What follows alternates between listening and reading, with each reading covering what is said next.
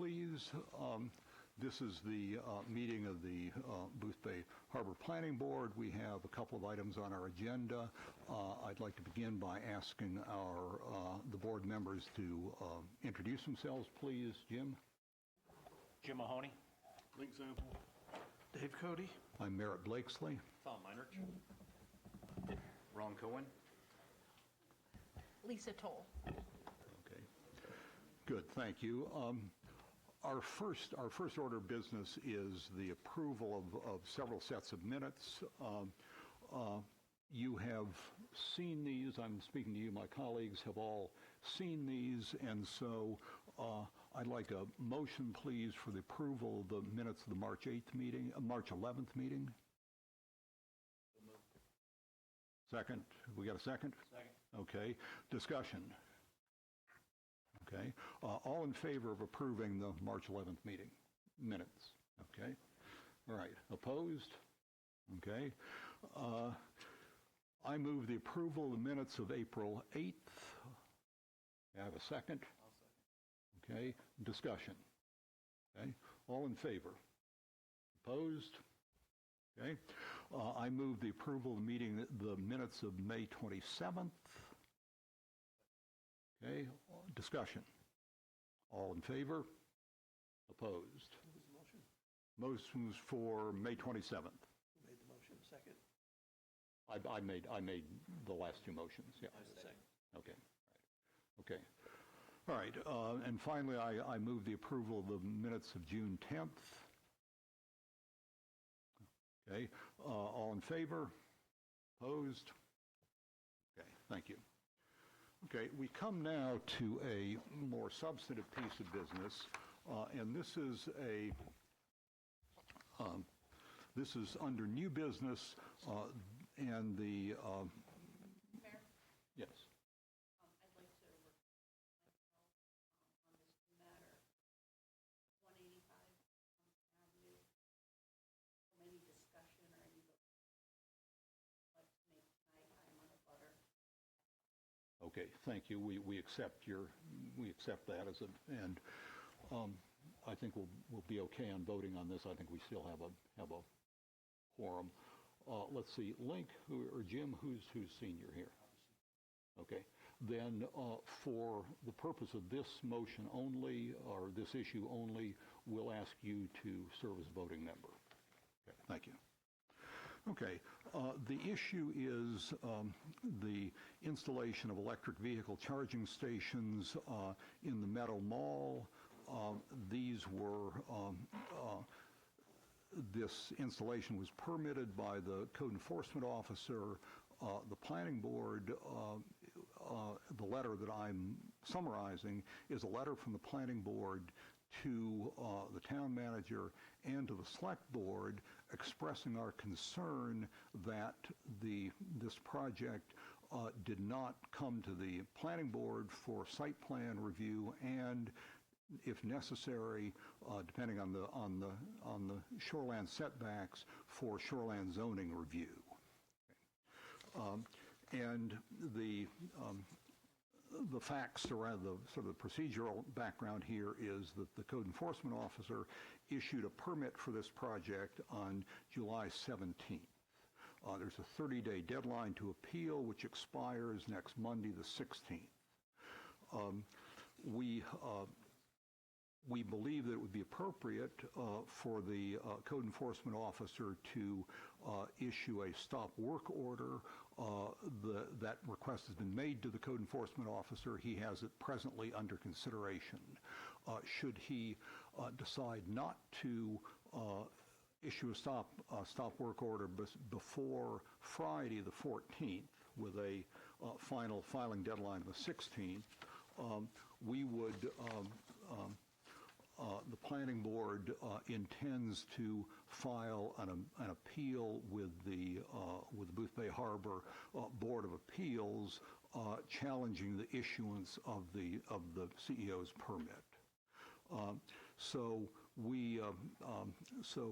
the motion before us is a double motion to send the letter, of which you have a draft in front of you, to the town manager and to the select board, and to decide at this point that if we don't receive a stop work order from the code enforcement officer before Friday, that we will, Friday the 14th, that we will file an appeal with the Board of Appeals. So may I, and that is I'm making that in the form of a motion. Second. Okay, discussion.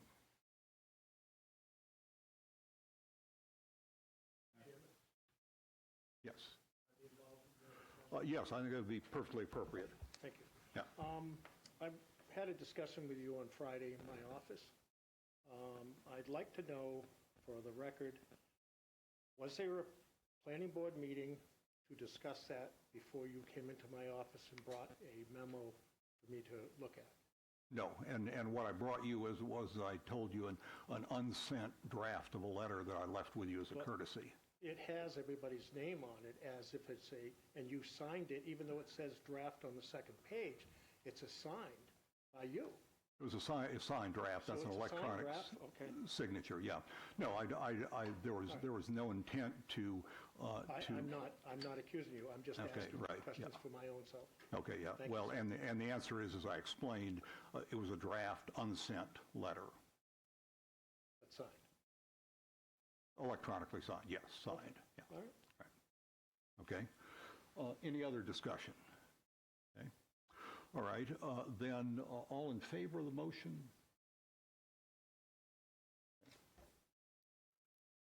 And all opposed? Okay. Link, are you voting? No. Oh, I'm sorry. Of course you're not. All right. Okay. Okay. Thank you. So and did you get our count? What is it? 4-0? Mm-hmm. 4-0 with Lisa abstaining. Okay. Thank you. Okay. Thank you. No, it would be 5. I'm voting. Thank you. All right. Did you move him up?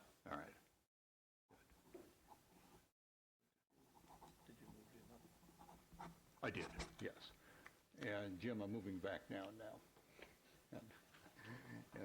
And Lisa, you're obviously not recused from our next. So I want to pass now to our old business, which is the hearing on the park's amended site plan application. You have a copy of the script that's an adaptation of what we used at the last meeting. So I'll just, in starting, I'll just touch on a couple of points. First, I want to stress the necessity for decorum. Speakers are asked to come to the podium to speak, to respect the time limits, and to observe proper decorum. This particularly means that the speakers should address the planning board, not members of the audience.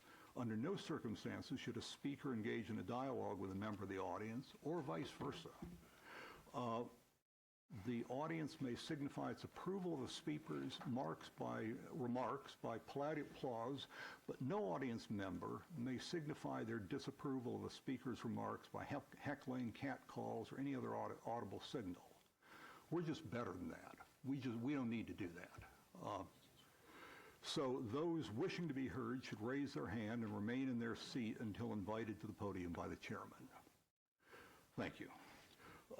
Ground rules, and this is particularly for council, are asked to strictly limit their remarks today. Last month was free range, that we wanted as much discussion as possible and without any very strict borders imposed. Tonight is different. We're trying to move forward. We want to stay focused on the issues that are presently before the planning board. So I ask that council in particular focus strictly on that, and that there be no discussion of future plans for the pavilion. That's not before the planning board, or Hodgson House, that's not before the planning board, or purported inconsistencies with the application, or anything else that is outside of the four corners of the amended application that we have in front of us. The first issue that we come to is the renewed request by the Parks Council for the mandatory recusal or disqualification of Tom Meinrich on assertedly for bias.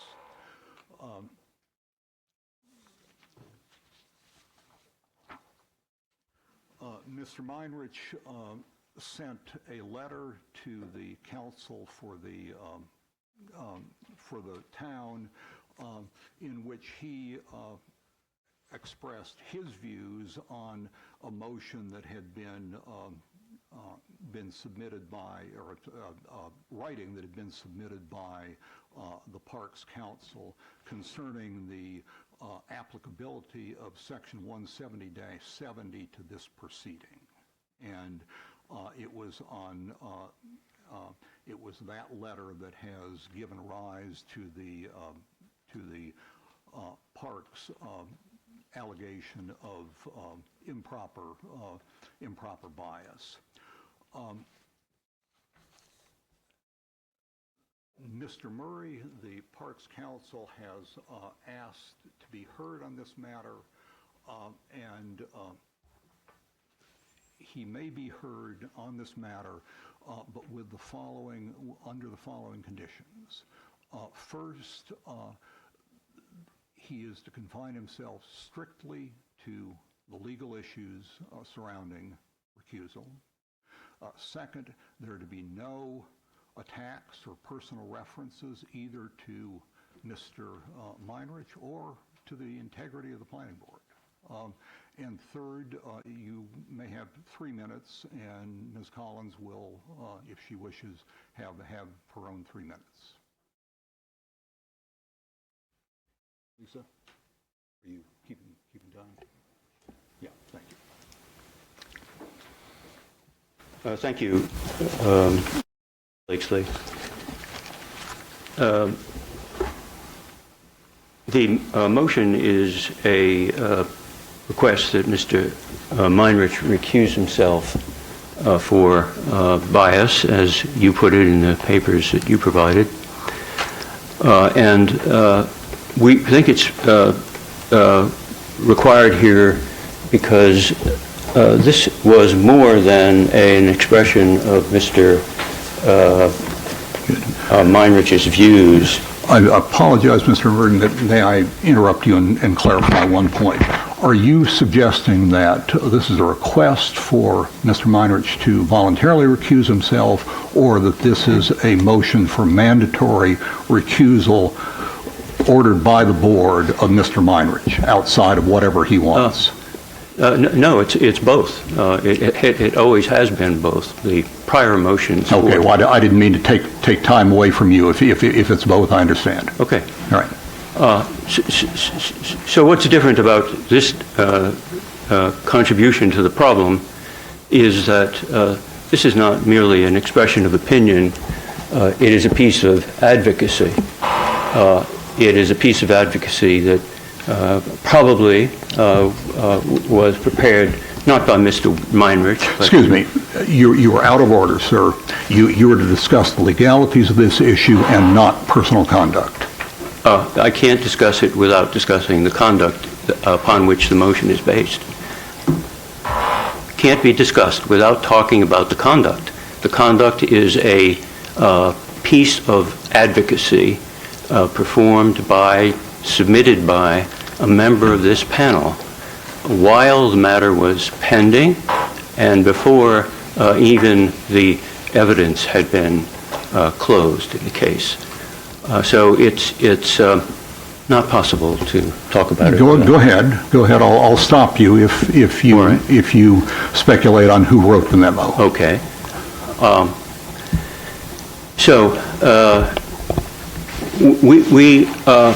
This is not the circumstance or the situation that you, Mr. Blakesley, cited in your response to this. You referred us to the Turbot Creek case, and this is a dramatically different situation than the Turbot Creek case. In that case, a member of a planning board, may have been a select board, but a municipal board, took notes and prepared a summary of an issue and circulated it among her colleagues on that panel. This was a compilation of notes. It's a little bit like what you, Mr. Blakesley, are doing with this script, and I mean that seriously. It is a compilation of notes. It may have some problems to it, and we'll hopefully get into that later. But that's what the Turbat Creek municipal official did. This is a very different kettle of fish. In this instance, Mr. Meinrich submitted a piece of legal writing with all of the earmarks. Okay. Are you, is time expired or 30 seconds? It's about 10 seconds now, so probably not. Okay. And how much is added on, Mr. Blakesley, because of the... I added a minute onto it. 1 minute, okay. And So, let's go another 30 seconds. am I finished? Is that what you're saying? No, I'm saying go another 30 seconds. We should have warned you before your 3 minutes was up. Okay. 30 more seconds. Yes. Okay. Okay. So there are several things that we don't know about this, and maybe we'll never know them. But we don't know what prompted Mr. Meinrich to prepare this. I think you're getting into personalities. You're outside the white lines. Again, with all respect, sir, the motivation goes to the bias question. What motivated the doing of this project, this legal project, does go to the bias question. If it was motivated by an intention to provide in any way assistance to the Doyle camp in this, then it is more than a simple indication of an opinion or a position on an issue. Okay, and you've seen the piece of writing that I submitted. The first thing the first point of law that I cite says that it's the burden of proving bias is on the applicant. Do you have any concrete evidence of intent? Because that's what you're arguing, is that you know what Mr. Meinrich's intent was, and therefore that shows bias. Mm-hmm. But unless you have concrete evidence of intent, I think you have nothing but speculation. Well, I disagree with that. It's very, I've never seen anything quite like Mr. Meinrich's composition here. It very clearly is a legal argument. It's structured like a legal argument. I would bet dollars to donuts that it was prepared by a lawyer. We don't know. Okay, sorry. Was. Your time's expired. Your time has expired. You are out of order. Please sit down, sir. Okay. Okay. Thank you very much.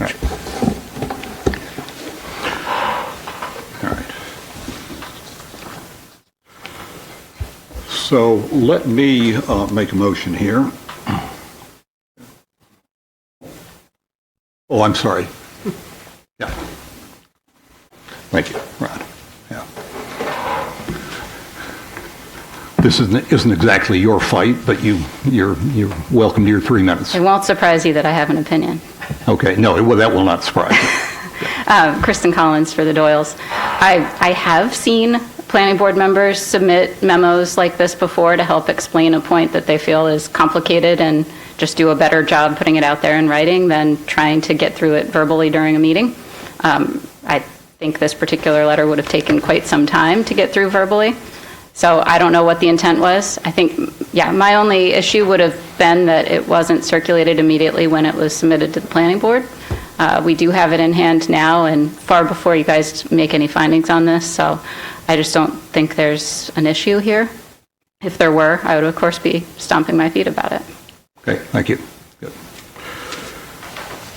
Okay, let's move to our own deliberation, please, and I'd like to begin that by moving. I'm sorry. Could we have a vote on that motion then? We had some argument, but I don't think we've had a vote on it. I'm about to make a motion. Is that the motion you'd like us to vote on? Thank you very much. Yeah, okay, I'm sorry. Sorry if there was some confusion about that. Yeah. Okay. I move that Tom Meinrich's conduct in writing a letter expressing an opinion regarding the proper interpretation of Section 170-70 and circulating that letter to the planning board was legally permissible and does not require his mandatory recusal or disqualification from participation in the present proceeding for bias. In so finding, the planning board adopts the proposed findings of fact and conclusions of law attached hereto. I didn't send it to the planning board. I gave it to Julia and to our attorney. They sent it to the planning board. Just wanted to say that. I thought that was the right channel to do it. I sent it to the attorney first. And then, Yes, is that not what I said? No, you said that I sent it to the planning board, but I did not. I apologize. Yeah. So why don't you just say that more clearly so everybody understands that it's the memorandum that Tom prepared was sent to our attorney for circulation to the planning board, as we do with all of our communications.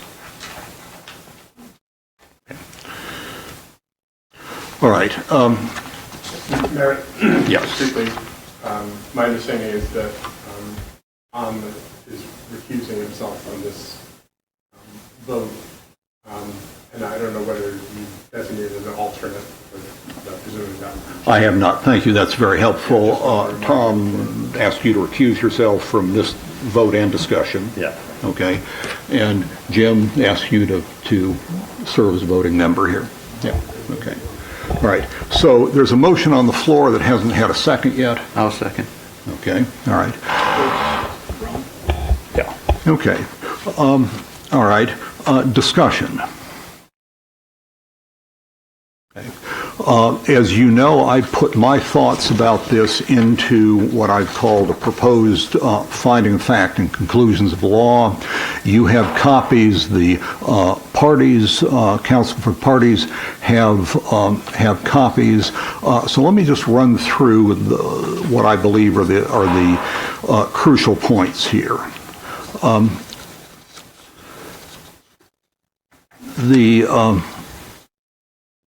One of the concerning points to me was the amount of ad hominem rhetoric and the complete lack of any legal argument in this most recent submission. In support of his renewed motion for mandatory recusal and disqualification, counsel cited no ordinance, no statute, no rule, and no case law beyond that cited in his December 16, 2025 submission.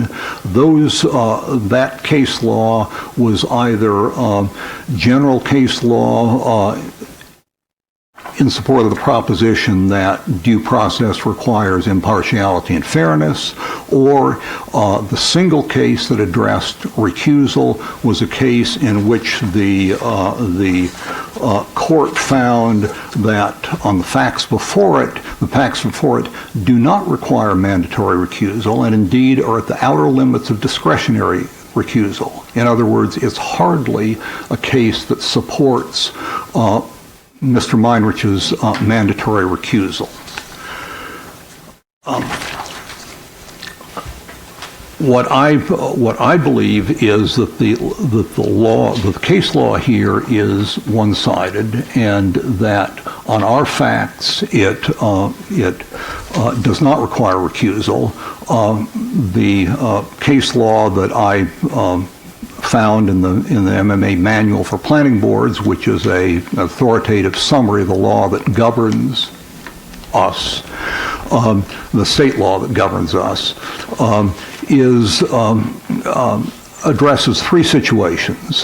First, the situation where a planning board member gives a writing to the planning board in support of a point of view. And let me quote here, and I'm quoting from Turbot Creek, which Mr. Murray referenced. The Maine Supreme Court has held that it is legally permissible and not evidence of bias for a board member to review materials submitted by the parties in advance of a board's meeting and prepare a memo or an outline of issues and potential findings in order to assist the board in consideration of matters that might arise at the board's meeting. Then there is the second situation, which is the issue of a planning board member who publicly expresses an opinion on an issue under consideration before the board reaches its decision. And here again, I'm quoting from the Maine Supreme Judicial Court. This is a case, New England Telephone and Telegraph versus Public Utilities Commission. If a board member reaches a conclusion based on the application and other information in the record and expresses that opinion to the press before the board is voted, the court would probably not find that the board member was biased against the project. This would also be true, and I want to emphasize this would also be true where a board member had expressed an opinion regarding the proper interpretation of an applicable ordinance or statute, which is precisely what Mr. Meinrich's memorandum was. And finally, the issue of how the writing was delivered to the board, in this case by email through the board's attorney, quoting, again, this is from a Maine Supreme Judicial Court case, Northeast Occupational Exchange versus Bureau of Rehabilitation. Delivery of substantive information between meetings by email may be permissible as long as there's a one-sided, one-way communication and no discussion of the information occurs outside of the meeting by email or otherwise. The email and attachments should be noted in the record of the next board's meeting, and all parties should be given access to the information and provided a reasonable opportunity to review it and offer comments. So, based on the Maine law court's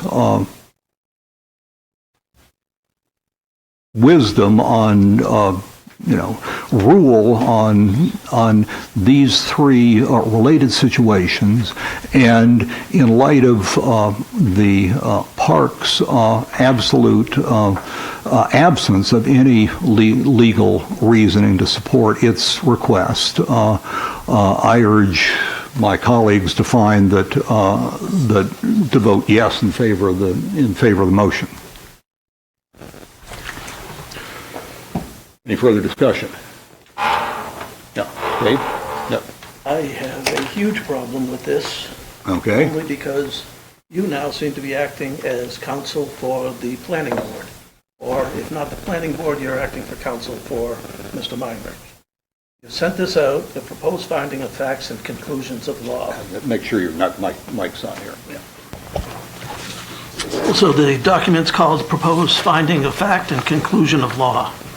We are not lawyers, okay? We're here as citizens to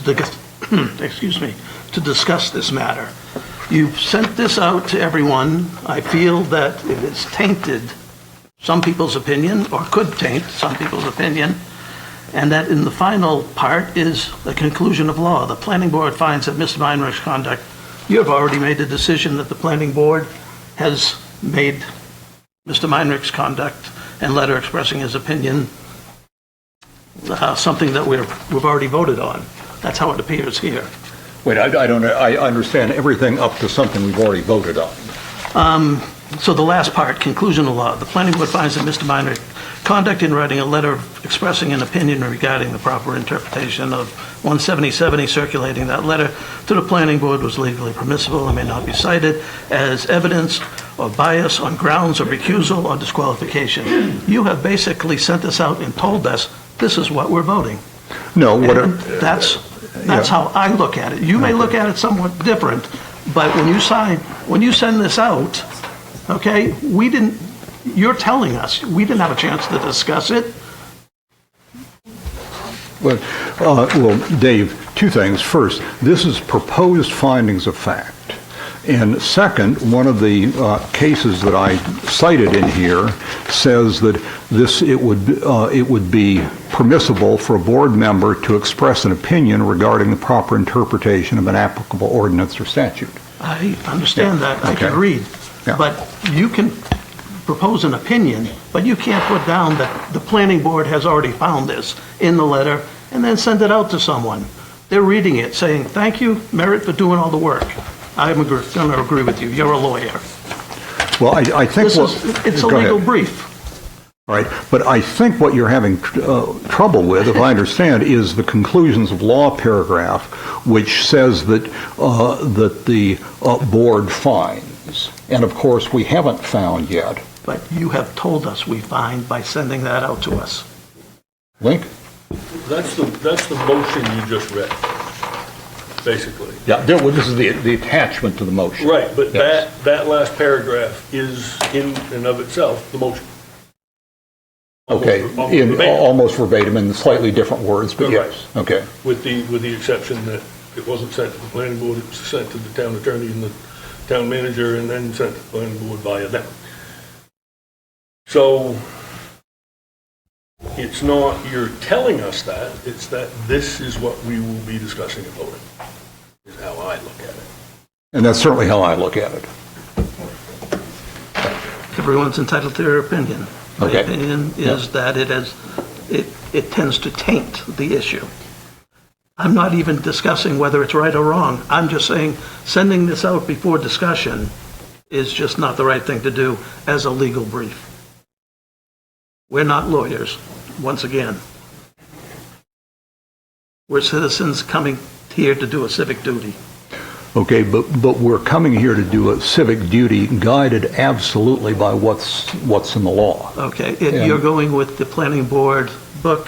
It also says in there that any, I'm not going to be able to say what I want, but it also says for the integrity of the board, if there's any indication of bias, then a person should recuse himself. So there may be some indication of bias.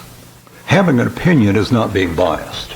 And But it didn't balance on both sides.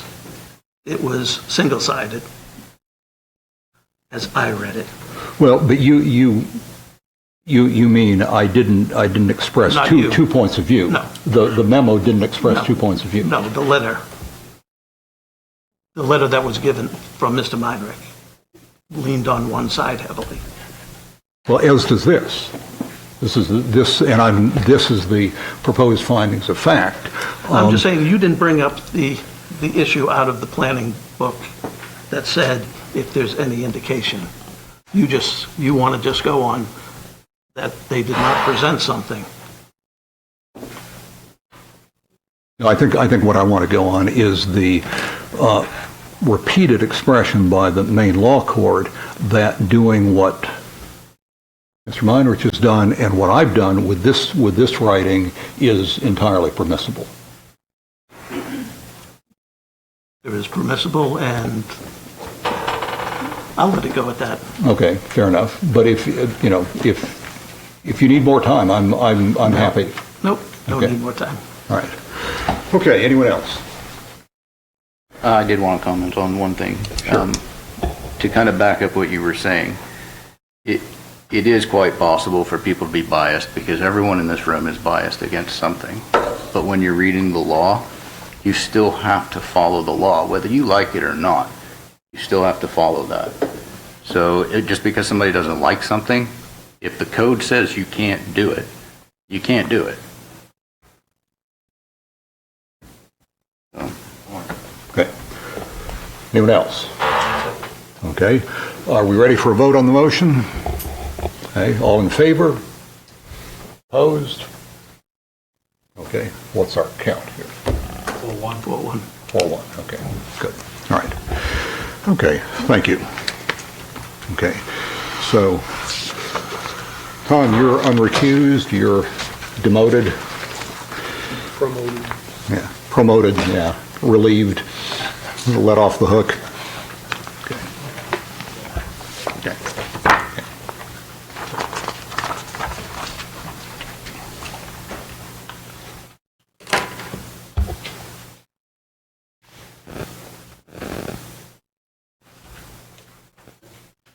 Page 2. Yeah, that's what I'm looking at.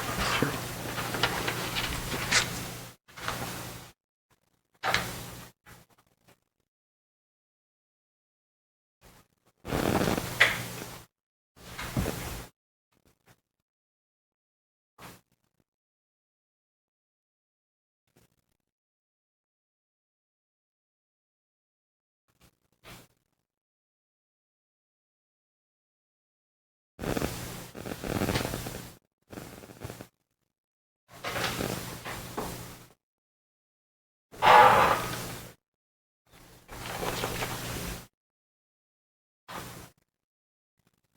Okay, one of the first issues on the script is the issue of expiration. And we've heard from Ms. Collins that, in her opinion, we shouldn't move forward with this hearing until the code enforcement officer has given us a decision, which is his exclusive province, his decision on whether the site plan approval of 2020 has expired. So this is an issue that we need to consider, and so I'm happy to open the floor for comment here, both attorney comment and comment by members of the public. I'd ask for 5 minutes of comment, no more than 5 minutes of comment by council, and no more than 3 minutes per person for members of the public.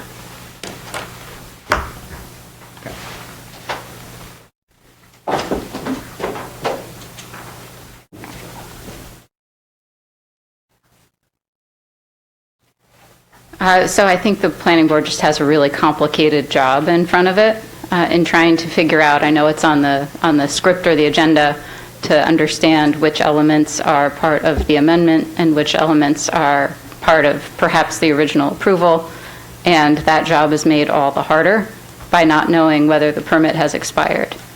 If you know that the permit has expired, then you know you're looking at the entire site. I would also suggest, and I'm going to reiterate as many times as I can, that if there are changes that have been set on the record that are going to occur, those should be on the plans too. As we stand today, we don't even have an accurate plan that reflects the fact that the store is coming out, which I think was clearly communicated. So I would say that everything should be deferred, and not for the sake of delay, for the sake of clarity, and brought up once we get the CEO's opinion on permit expiration. And I would encourage the applicant at that time as well to put on the plan all the things they've been saying they're going to change, so that you move forward with a clean slate. You can easily define, if the permits are still valid, what's new, what was already approved. It's all such a jumbled mess at this point that I don't think it really benefits anyone to do more than maybe have some really high-level discussion tonight about some of the bigger issues. But when you get down to trying to make a determination, that it's just the plans are so uncertain and what you're supposed to be looking at is so uncertain that it's just going to make this more complicated than it already is. Thanks. Okay, and you may want to stay at the podium. I'm going to respond. I do think that it's if we focus on what's in the limited approval in 2020 and the limited amended application, and leave aside the pavilion, leave aside what might or might not happen to Hodgson House, and then we subtract what has been taken off the table, which is the grocery store, I think that we have a relatively, a package that we can get our arms around. I think if you argue that we have to consider site plan review at the same time, the shoreline zoning at the same time, that certainly complicates it. But I think as we sit here today, we don't have a decision on expiration, and we have a fairly compact amended application that's been pared down.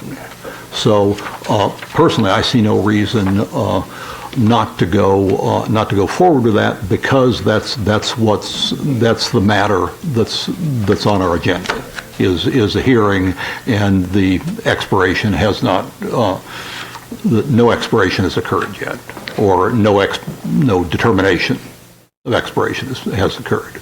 So my concern is, and again, I don't think I have any concern with general discussion about some of these plan elements, the things that we know are part of the amendment. When you get to the point of making findings, my concern is that once you've made findings on these things, they're going to feel like they're set in stone. And if the plans change, either because the permits have expired and now we have to look at everything, or there are going to be some more little additions based on what's been said on the record, are you going to feel stuck with those original findings, or are you going to go through the process again, suspend all prior determinations, and have a fair reevaluation of everything?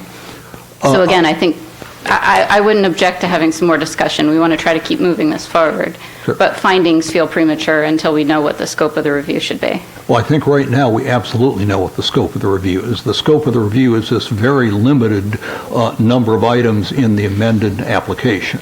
And if we and within the context, only the two uses that were approved in 2020. So I'm still uncomfortable with the idea that we can't make findings today because we don't know what's going to come in next week through the side window. And the fact is that nothing can come before us unless it comes before us in the form of a formal application. Yeah, I get it. Okay. Statements made on the record are part of this application now. So, you know, the thing about the store, I'm hearing some grumblings from the audience, but it said quite clearly, so I don't know what's going on with that. You know, again, it's not in the plan. But as to the scope of the review, I do think it matters, because if the permits are up in smoke, the board needs to consider every element of this plan as it relates to one another. Can you move this to accommodate that? Can there be more buffering and this moves over? Some of those things are fixed under the original approval if that original approval stands. If the original approval doesn't stand because it's expired, everything is kind of back in play. And the board can do, as the planning board often does, and make suggestions about what should go where in order to best accommodate the site and what they're trying to do. So I do think it's relevant. And right now, artificially, potentially, constrains what the board can look at. 30 seconds. That's all I got, unless Merritt or anybody else has any. No, does anyone else have any questions or comments for Ms. Collins? Okay, thank you. Thanks. Yeah. And Mr. Murray? Thank you, Mr. Blakesley. I find myself having to say that I agree with everything you said in your summary of the problem. I agree completely. And I hope you're not going to say that that's unusual, that you and I agree. No, Okay. but I want to be, All right. when the time comes to say so, I want to say so. Okay, thank you. I think it's also important to note that the shoreline zoning issue is not before this panel. It is in the law court, and as long as that's the case, I think it's established that we need to avoid it. I don't, and just let me finally say, just to sort of close the loop here, I don't share the view that we create some impossible complexity by, assume we do create some difference between the ultimately approved shoreline zoning permit and the ultimately approved site plan permit. Assume there is a difference. Whatever difference that is, it is a difference that is going to be within the jurisdiction of the planning board to resolve, to either and to deal with. So I don't see the difficulty of it. As a matter of fact, I see it as just an additional piece of work. I don't think it's going to be much work, but that's all it is. Okay, thank you, sir.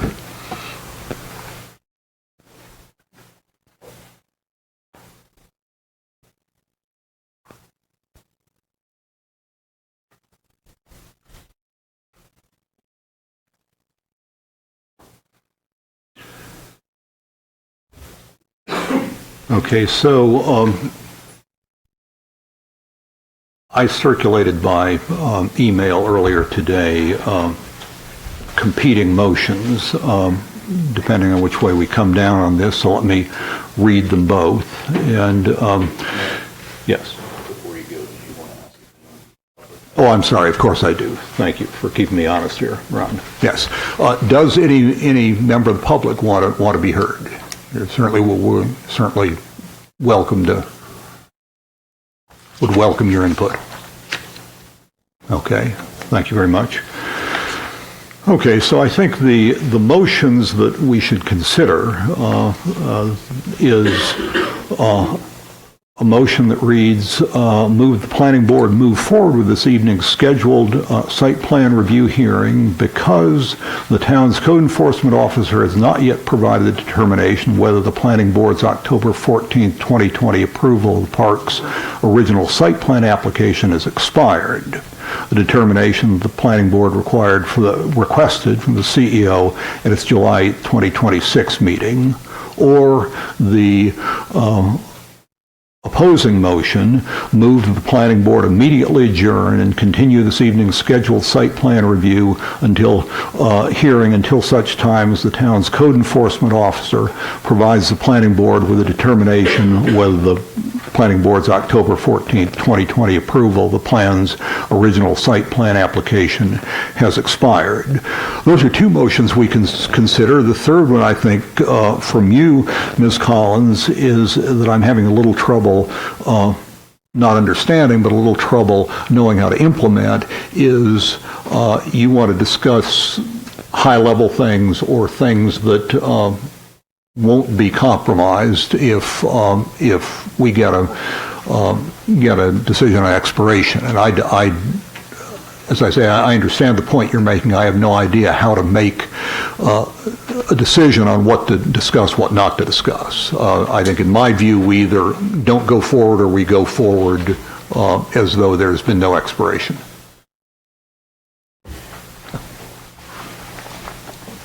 I think I'd just suggest that it's a motion that the board refrain from making findings of fact, but entertain general discussion regarding the application that's before you.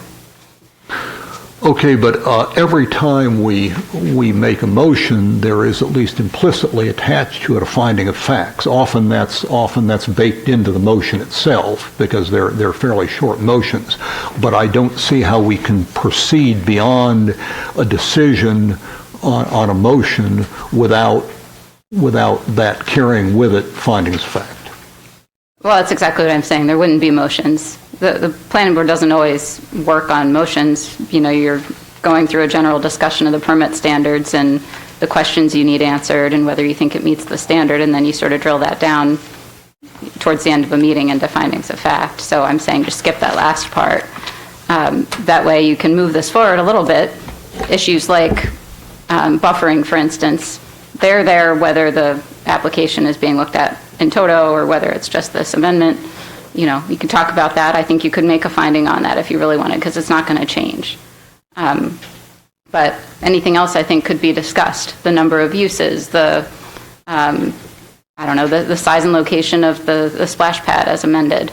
All of that stuff I think you can discuss. I would just recommend that you hold off on the findings until you know what the scope of your review is, because you're just going to end up having to redo it. Okay, thank you. Yeah. May I just comment on Please, that, yes, sir? of course.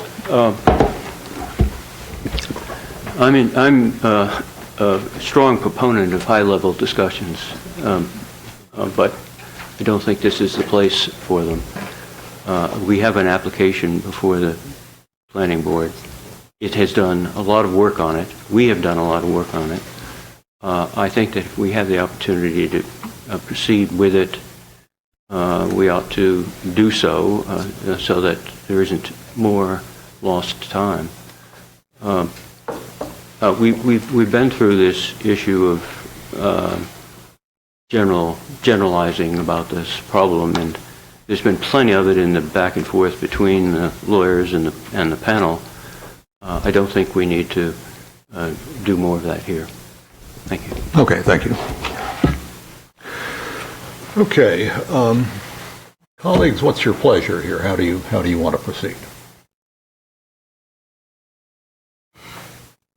Okay, let me make this easier. Let me give you a binary choice. Okay, two motions here. One suggests that we continue as business as usual in the absence of a decision on expiration. The other is that we stop short today and wait until we get that decision on expiration. I would make a motion that we carry on as normal. Okay, so let me, That would be, yeah. yes, you first. Yeah, and I'm just going to read this just so that we have that then. Move that the planning board move forward with this evening's scheduled site plan review hearing because the town's code enforcement officer has not yet provided a determination whether the planning board's October 14th, 2020 approval of the park's original site plan application has expired. A determination the planning board requested from the CEO at its July 2026 meeting. Now, does that capture what, yes. what you're comfortable with? Okay, is there a second for that motion? Second. Okay. Is there discussion? Is that Ron? Yes. Yeah, that's Ron. Okay. Any discussion? Okay. Can it be noted as an amendment or something, as Attorney Collins was pointing out, that if the permit does expire and we find out, say, at the next meeting, then we have the ability to take the findings of fact and either revert them or change them as necessary? That sounds like a cumbersome motion. Yeah, I mean, we make a finding of fact, but we say today that we will either keep that finding of fact or throw it away depending on what happens. You think that's necessary?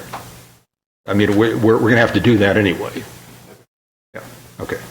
I would think that's an unnecessary complication. Yeah. Okay. Good. All right, well, may I have a vote on the motion, please? All in favor?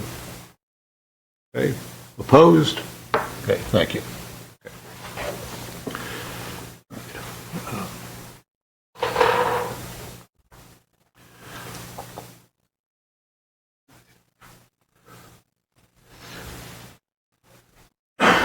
I want to do something tonight that I hope will move things forward and may actually satisfy some of Ms. Collins' concerns. But first, I want to make a correction here to something I've said in the past. In the past, I've referred to settling and a settlement of this matter and said I thought that was a good thing. A friend recently told me that she found that language troubling because a settlement to her implied a monetary settlement. One party paid money to the other party to make the thing go away.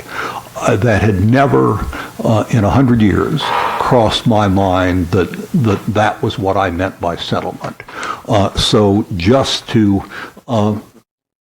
be clear going forward, I will not use the S word again, but what I will talk about in the future is about reaching agreement on a set of conditions under which the park could operate. I think that's what I thought about when I used the S word.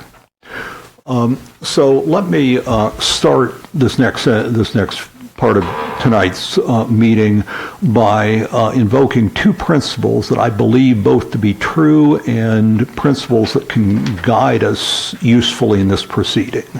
Principle one is that everybody wants a park. Everybody on that side of the room, everybody on this side of the room, front, back, everybody wants a park. Okay? The second is that continuing litigation works against getting a park. So with that thought in mind, the planning board believes that it would be productive to hear from the parties themselves rather than from their attorneys on the essential issues in this matter. In doing so, the planning board wishes to ensure that in providing such information, the parties will not forfeit any legal right, including the right to appeal or the right later to contest any particular issue. This is purely conceived of as a fact-gathering exercise to determine what really matters to the parties, to separate from the cloud of legalisms the gut issues in this proceeding. Accordingly, the planning board proposes that counsel for the parties each agree that they will not rely on the parties' statements for the duration of this fact-finding session, that they will not use those in this limited fact-finding session to make contrary or to make legal arguments later on. So before we go forward, is that, Ms. Collins, is that something you would agree to? Can I get clarification? Certainly. Is this a proposal that the board as a whole is making?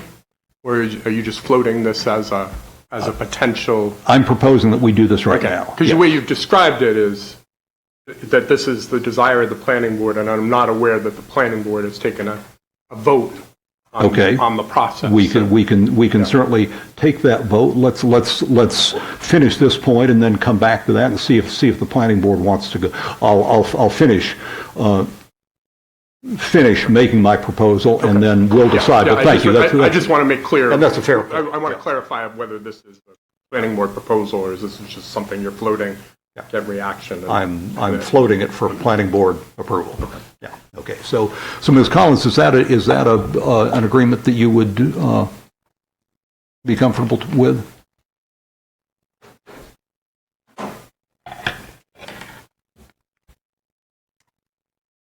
I think as we go through the process, the board will hear what the Doyles think about various plan elements and what could be improved and what we think complies or doesn't comply. And over the course of the review, you get there. That's how the planning board process works. You know, it either gets to a place where it's compliant or it isn't.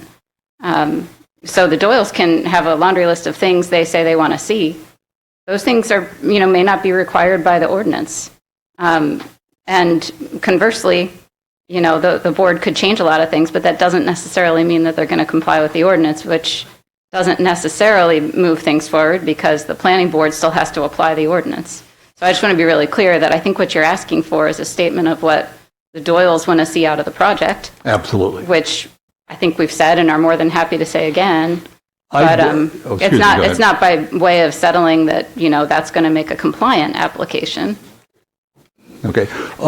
I don't think we've heard that very clearly. I think in 6 years, I think that I've read virtually the entire record, and I've seen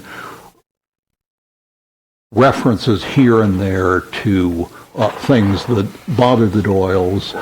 I would like to hear from them tonight a full statement of how not only how they feel about this, but what I'd call the quality of life issues for them are. Sure. Okay. I mean, I would say that we have repeatedly said some of the things that are an issue. Splash pad's too big. There's too much lot coverage. Okay, well, let me, again, let's do this with them. What I'm asking you for is that I will then ask Mr. O'Connell to respond to what the Doyles have said and to add any of his thoughts about what the essential issues are of the park. And I would ask you to agree not to use anything he says in this session later on as an argument against the park. In the narrow limits of this fact, what we're calling a fact-finding exercise. Yeah, I appreciate what you're trying to do. I think we get there through a normal planning board process. That's all I'll say. I'm not going to tell you my client's not going to answer you. I think as we go through the process, we can get there as a high-level thing. I think Joe and Jill are happy to say the things that bug them the most and they'd like to see fixed. Okay. And Mr. Murray? Yeah.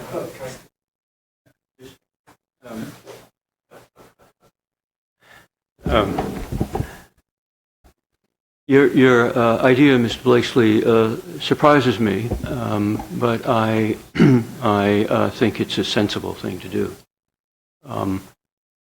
The problem I have is that once people begin to address things in a sort of a settlement discussion as large as this one, as amplified as this one, as public as this one, it's very difficult to hold people to the requirement that you started out with, which is that there has to be an understanding that the discussion is one that the parties speaking without counsel and without, perhaps without any constraint, may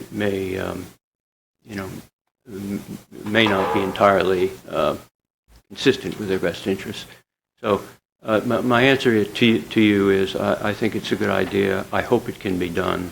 It does require a commitment to not to confidentiality, but to use, restrictions on use. Yeah, call it use immunity, if that's the correct term. Yeah. Okay, so you would agree? I would agree. I would just say that in our case, I think it should be understood. It's obvious. I'll state it anyway. This is a nonprofit entity ruled by a group of officers and directors. And so even among them, there will be different points of view. Mr. O'Connell is a very good person to ask these questions to, but I think it should be understood that he may not have the full agreement of each of his board members. Okay, all the more reason for what I'm calling immunity here from, okay. So to come back to Mr. Stockford's point, is this, yes, please sit down. You're not recognized. Will you be recognized? Not right now. Sit down, please. So are we in agreement to go forward with what I've sketched out here? As for me, absolutely not. No, I think it complicates everything. I think we stick with what's in front of us. We stick with the rules, stick with the ordinances and the script. And I'll just stand by what I said. I think we're complicating an already complicated issue, adding another layer to it. Let's just work on the application. Hey, Jim? I agree with Mike. Okay. I think we're running off the rails a little bit. Right. Doing so. I think your heart's in the right place, but I have to agree with Lincoln. I think that we have to stick by the law. Follow each one. Did a great job laying this out. Might as well follow it. Right. Can't vote, but that's my opinion. Okay, well, obviously, I'm in the minority here. What I'd hoped was that this would allow us to fast forward our way through the legal issues by hearing from the parties what really matters to them, and obviously we're not going to do that tonight. Okay, so let's move on. Here, Merritt. Yes. You can still hear from them. It's just without the constraint on that. If they're still willing to come up and answer the questions, you can still give them the opportunity to do that. Okay, well, I was trying to do that in a way that would make their counsel Right. And if they don't feel comfortable, they won't do it. That's what Ms. Collins is saying. well. So would you be interested in hearing from the president of the Park Association? Absolutely, and from because the I think Doyles? that gives us the high-level view. He may not be able to speak for every board member, and if it's a question that he doesn't feel comfortable answering, It's something he could say, he could go back and talk to the board and maybe get an answer to that question. And I had imagined, not that we won't be asking questions, but I had imagined that this would be that the two parties would choose what they want to talk about, not be put on the spot. Yeah. Let me finish taking the temperature up here. With Ron's thoughts, does that change your mind at all? No, I think, Is it an effective use of time? yeah, we have a set of ordinances and codes. And either what the park proposes meets the ordinance and the code, or it doesn't. It's really pretty simple.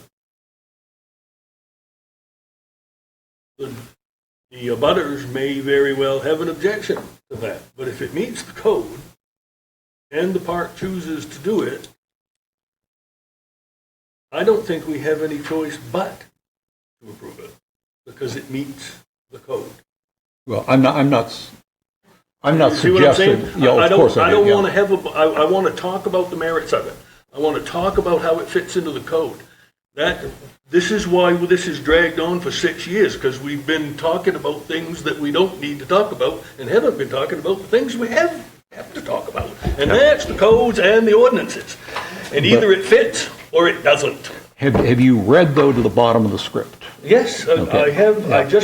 I want to keep to the script. I want to keep moving here, and I think all this does is muddy the waters. Well, what I think it does is move up earlier in the discussion, the last item, which is 170-70, which is conditions that would mitigate adverse.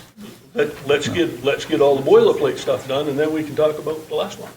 Okay. Jim, you're still I still with agree- Link? I agree with Link. I do. Okay. Dave? Going with Link. Okay. Tom? Me too. With Link? All right. Okay. Well, let's move on. All right.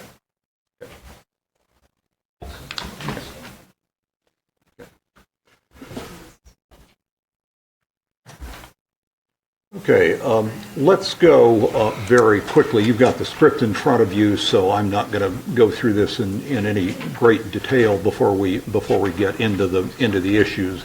Procedural history, 5 in 2025 uses granted, of which 3 have subsequently been withdrawn. Mr. Razor, did you want to be heard? Yeah, please. Hi, I'm Mitchell Racer. I'm the legal agent for permitting matters for Boothbay Harbor Waterfront Preservation, so I appreciate the opportunity to speak. Just wanted to note that on drawing L1, the 6 proposed amendments are on that plan. Those 6 proposed amendments that the applicant has submitted to you don't align with the script, so you guys will have to sort that out on your own. We have an active application in front of you. Those 6 items are noted. They don't align with the script. And the project is compliant except for the splash pad. Any suggestion that the permits aren't compliant or the park isn't compliant is misinformation. Before you go to your second point, let me understand your first point. You said that there are 6 points in your application that don't align with the script? Yeah, we submitted an application to the planning board to amend 6 things, and those aren't really addressed in the script. And I went through the script in detail twice. There's a bunch of stuff in the script that has nothing to do with what we applied for, and we're not interested in changing or talking about. So there are either issues brought up by the opposition or somehow sifted into the planning board. We want to stick to our application of the 6 items. Thank you. Okay, I'm still a little confused because I wrote the script, of course, and I copied this section Roman 5A from the application. That's, in fact, it's copied verbatim from the application. Unfortunately, it's not copied verbatim. Sorry. Thanks. Just to raise one question. Which drawing did you refer to? L1. L1, right, yeah. And there's 6 items on there that were specifically very narrow items that are not even really discussed in the script. Many other items are, We want to stick to our application. Thank you. Well, but help us out here. What do you think? What do you think is on the script that isn't in the application? About 80% of it. Thank you.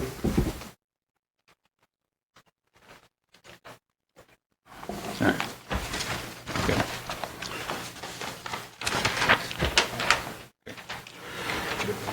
So, moving right. Yeah. Yeah. Yeah, sure. Okay. So, the procedural history also is important to note that the 2020 site plan approval was vacated by the court, that should not and may not be used as the basis of any argument on behalf of the present application. Okay.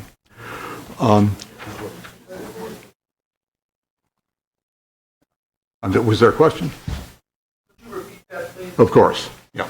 Okay. In 2021, the park came back to the planning board with an amendment to their 2020 application. The 2020 application had been approved. The 2021 application came to us and was approved by the planning board, was appealed to the Superior Court, and was vacated by the Superior Court.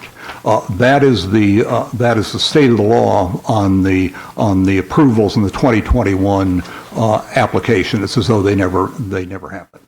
Yes, thank you. I thought you would say 2020. No, not heavens, no. No, that would set us way back. Okay. All right.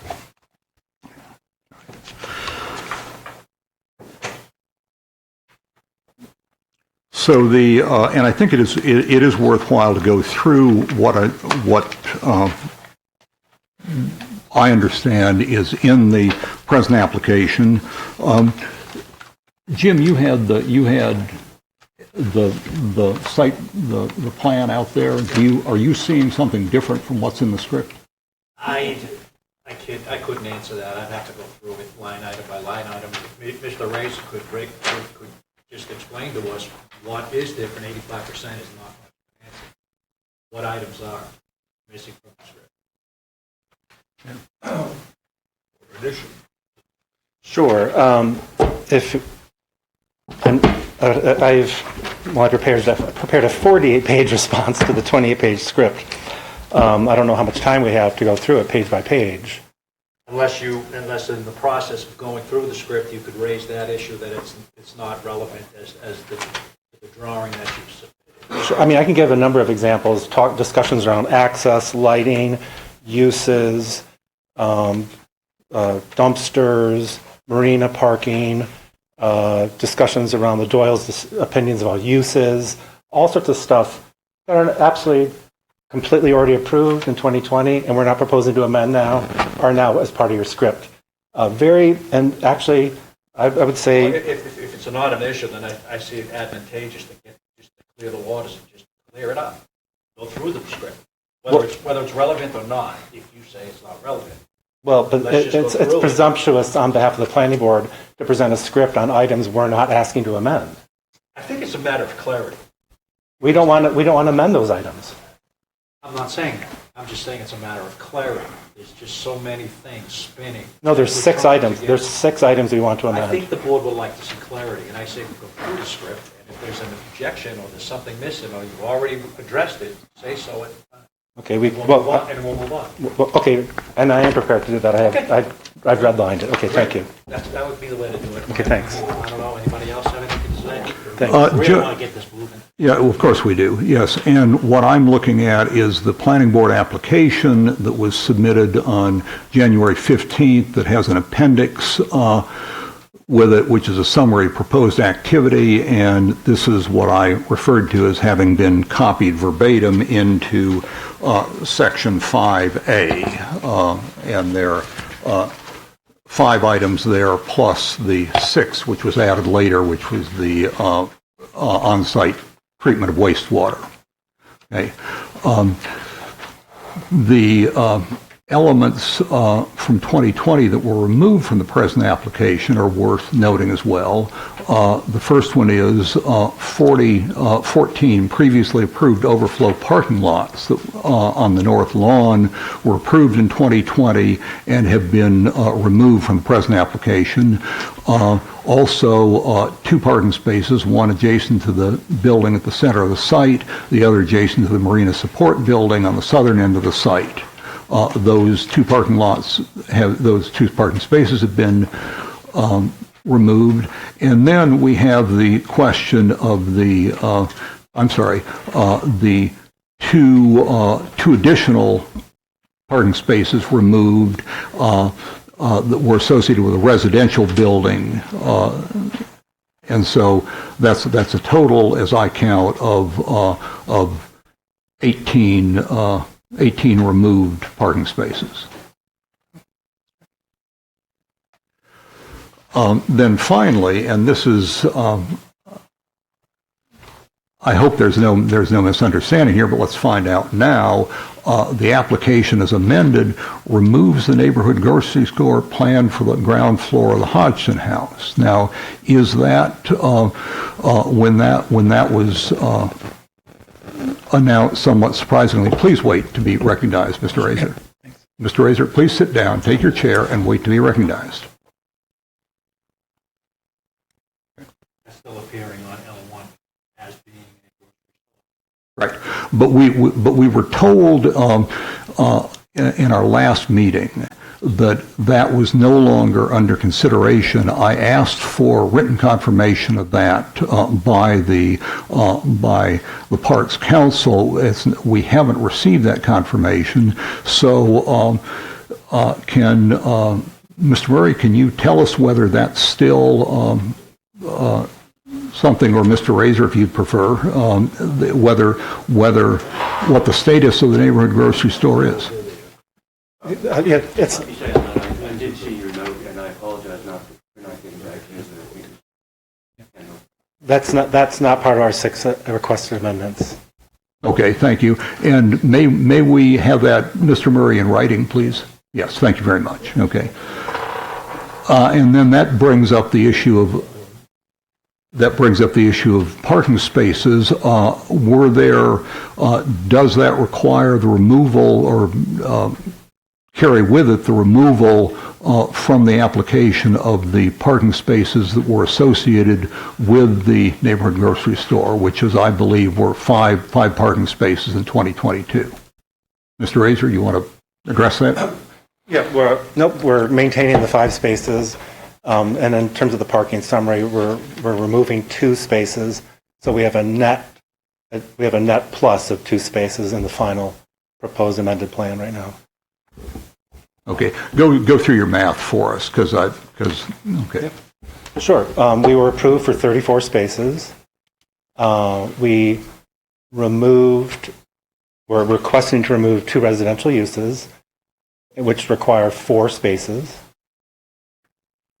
And we're reducing our parking from 34 to 32. So we actually have a net of 2 spaces from our previous approval. Oh, because the overflow spaces, you're not considering them part like the turf, right? Yeah, those are those are definitely, those are just ad hoc spaces that were not, where people could. they were not, our approval wasn't contingent on those. Yeah. Those are just, but that changed, exactly. Yeah, it's in the red, so that's why. Yeah, those aren't, those weren't, that's why it's in here. Those weren't tied to a use. Those are just, that was just like overflow for potential overflow, but it wasn't required. That's right. Okay, so your position is that currently your application is for 32 spaces, or how many of those were approved in 2022? 34. Okay. 34. Right. And we're now going to 32. Okay, so the net there is that you're reducing it by 2, not counting the 14 that you've taken off the table.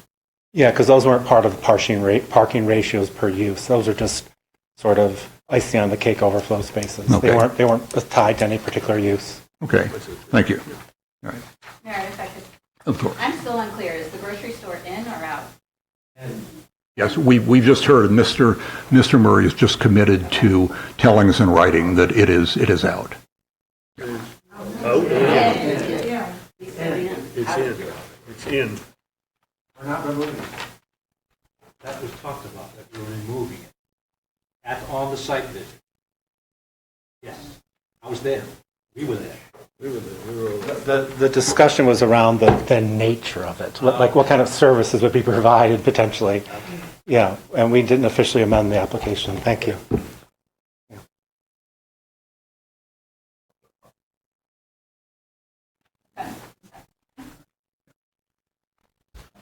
Just going to the nature of what do the Doyles want? I mean, I said it the last time, that would be such a great thing to take out. It frees up space, it frees up traffic. I don't know if it was why it would have been raised as being something that was going to happen and then taken back out. But, to the end game of trying to get to a better place, we would really encourage them to go ahead and take it out, as they said. Yeah, please, Mr. Razor. I appreciate the Doyle's input to a certain degree, but we have my client has an active application in front of you, not the Doyle's, and we respectfully request you address the application. Thank you. No, thank you. We're also addressing what we understood in no uncertain terms that we were told both at the site visit and at the last meeting that that there was no longer a plan to go forward with the neighborhood grocery store. I heard that very clearly, and the rationale was offered for that was that there was new retail grocery space in the neighborhood. They can reserve the right to maintain that use and in the future not do it. They have an approved use for that. They don't have, just because you have an approved use for something doesn't mean you have to do it. And they've said they're going to do it, so let's... Yeah. John, please. Yeah. John O'Connell, year-round resident, 10 Cedar Lane. I'm probably, by the way, my headache has come back. I'm responsible for the information that has been picked up and I think distorted about the Hodgson House.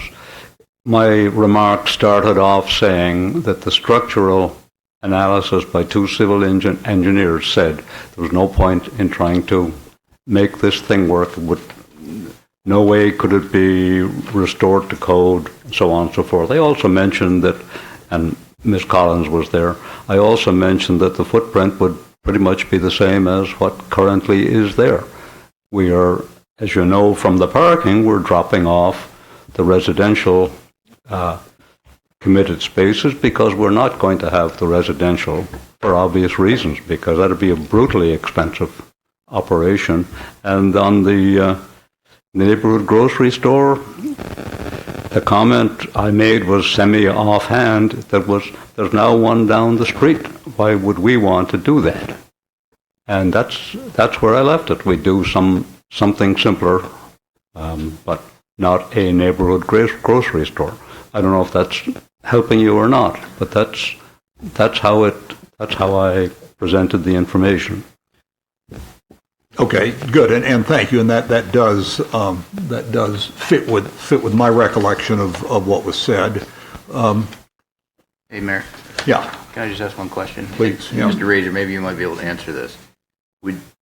Based on just looking at the script, and there's 4 different uses here, can you go through those and tell us then which are actually going to be there and then which ones should be off?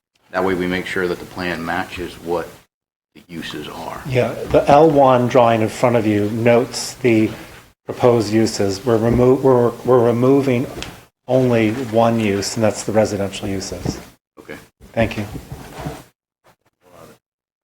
Oh, and also to be clear, in 2020, each residential use the planning board declared as a use. So it was a total of 5 uses. That's what the planning board declared in 2020, that there are 5 uses on the site. So by removing the 2 residential uses, it goes from 5 down to 3. Yeah, I think I read that the DEP wasn't going to approve the second the second apartment or something, correct? Oh, that was the third apartment. The DP wouldn't approve the third apartment. So we removed that early on in the sketch plan. Before we even came to the planning board, we removed that. It was a grandfathered, legally non-conforming unit in the boathouse. And we just agreed, of course we'll remove that and make that a water-dependent structure. Okay, and so in your understanding, what are the three uses that are active now? Sure, they are. Are they a park, a marina, and a grocery store?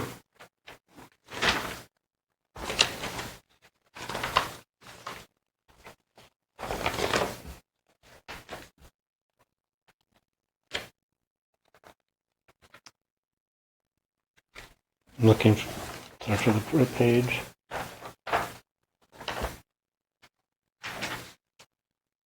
Yes, neighborhood grocery store, outdoor recreational conservation use, not-for-profit, and marina, including the accessory uses. So that's both piers. So yeah, so there'd be the three uses that were approved, and well, down to three uses from 5. Okay, and I'm concerned about accessory uses because I don't believe I saw that in the 2020 approval. What do you understand by accessory uses? Well, there were accessory uses. What is the definition of an accessory use? What accessory uses do you believe were approved in 2020 and remain approved today?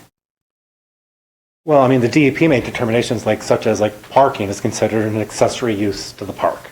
I mean, but you don't permit that. It's part of how it works.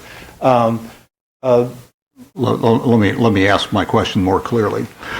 You said that in 2020, I believe you said there were 3 approved uses that still survive: park, marina, grocery store, and accessory uses to the marina. And what I'm trying to get at is what you believe those accessory uses to the marina are that were approved by this planning board in 2020. Well, the boathouse was maintained as a use, as an accessory to the marina use. That's correct. And just as the splash pad, the paths in the park, the pavilion, the lighting, those are all accessory uses to the park. I mean, we didn't have to permit them individually. I mean, that'd be a little crazy to do that, right? So those were all. And sorry, splash pad, pavilion, and you said lighting. What was your last? I was being facetious. I mean, there's so many aspects to a park. Everything's an accessory use to the park. The park was a use, the marina was a use, and the commercial and the store was a use. And then the other 2 uses on top of that were the individual residential units. That's what the planning board explicitly approved in 2020. All right. And was upheld by the courts. And what it did not explicitly or approve was a pavilion. I want to be very clear about that. No, it did. And if that would be, I want to state for the record that's incorrect. It was absolutely And I will approved. state for the record that is absolutely correct, and I invite you to do a word search of the record, the 2022-003 record from the Superior Court, which is the record that we're working with, and see how many times you find pavilion in there. I promise you will not find it, and the planning board would not have approved something like that as a, quote, accessory use to something else. No, you're being presumptuous. That was approved as part of the park. Okay, so yeah, sure. Come to the microphone, please.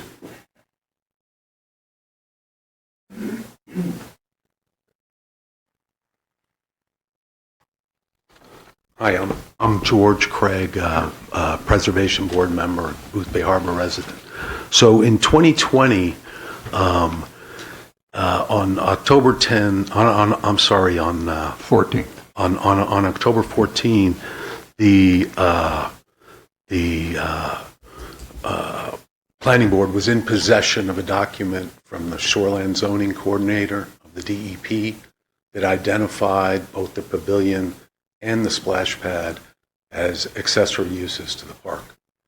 Then in 2021, on November 10, 2021, the shoreland zoning permit was all set to be approved by the park, but there was this hang-up about the pavilion. Do we force the pavilion to be raised, or how do we deal with that? And so the meeting was tabled until November 17, and that was the only issue left before the vote on November 17. And it was decided that the planning board would not make the park raise the building because it was an accessory use to the park, and they determined at that time that therefore it did not need to be raised. So that's the history as I recall it. I'm pretty sure I'm right. Thank you very much. Anyone else? Okay. So let's come then to 170-28, scheduled dimensional requirements, which gets us squarely into the question of the number of uses, because the ordinance says that the minimum land area requirement in the limited commercial maritime zone is 10,000 square feet per use. And so it matters how many uses there are. And we've begun, I think, with the abutters' proposed findings of fact. So, Ms. Collins, if you want to begin here.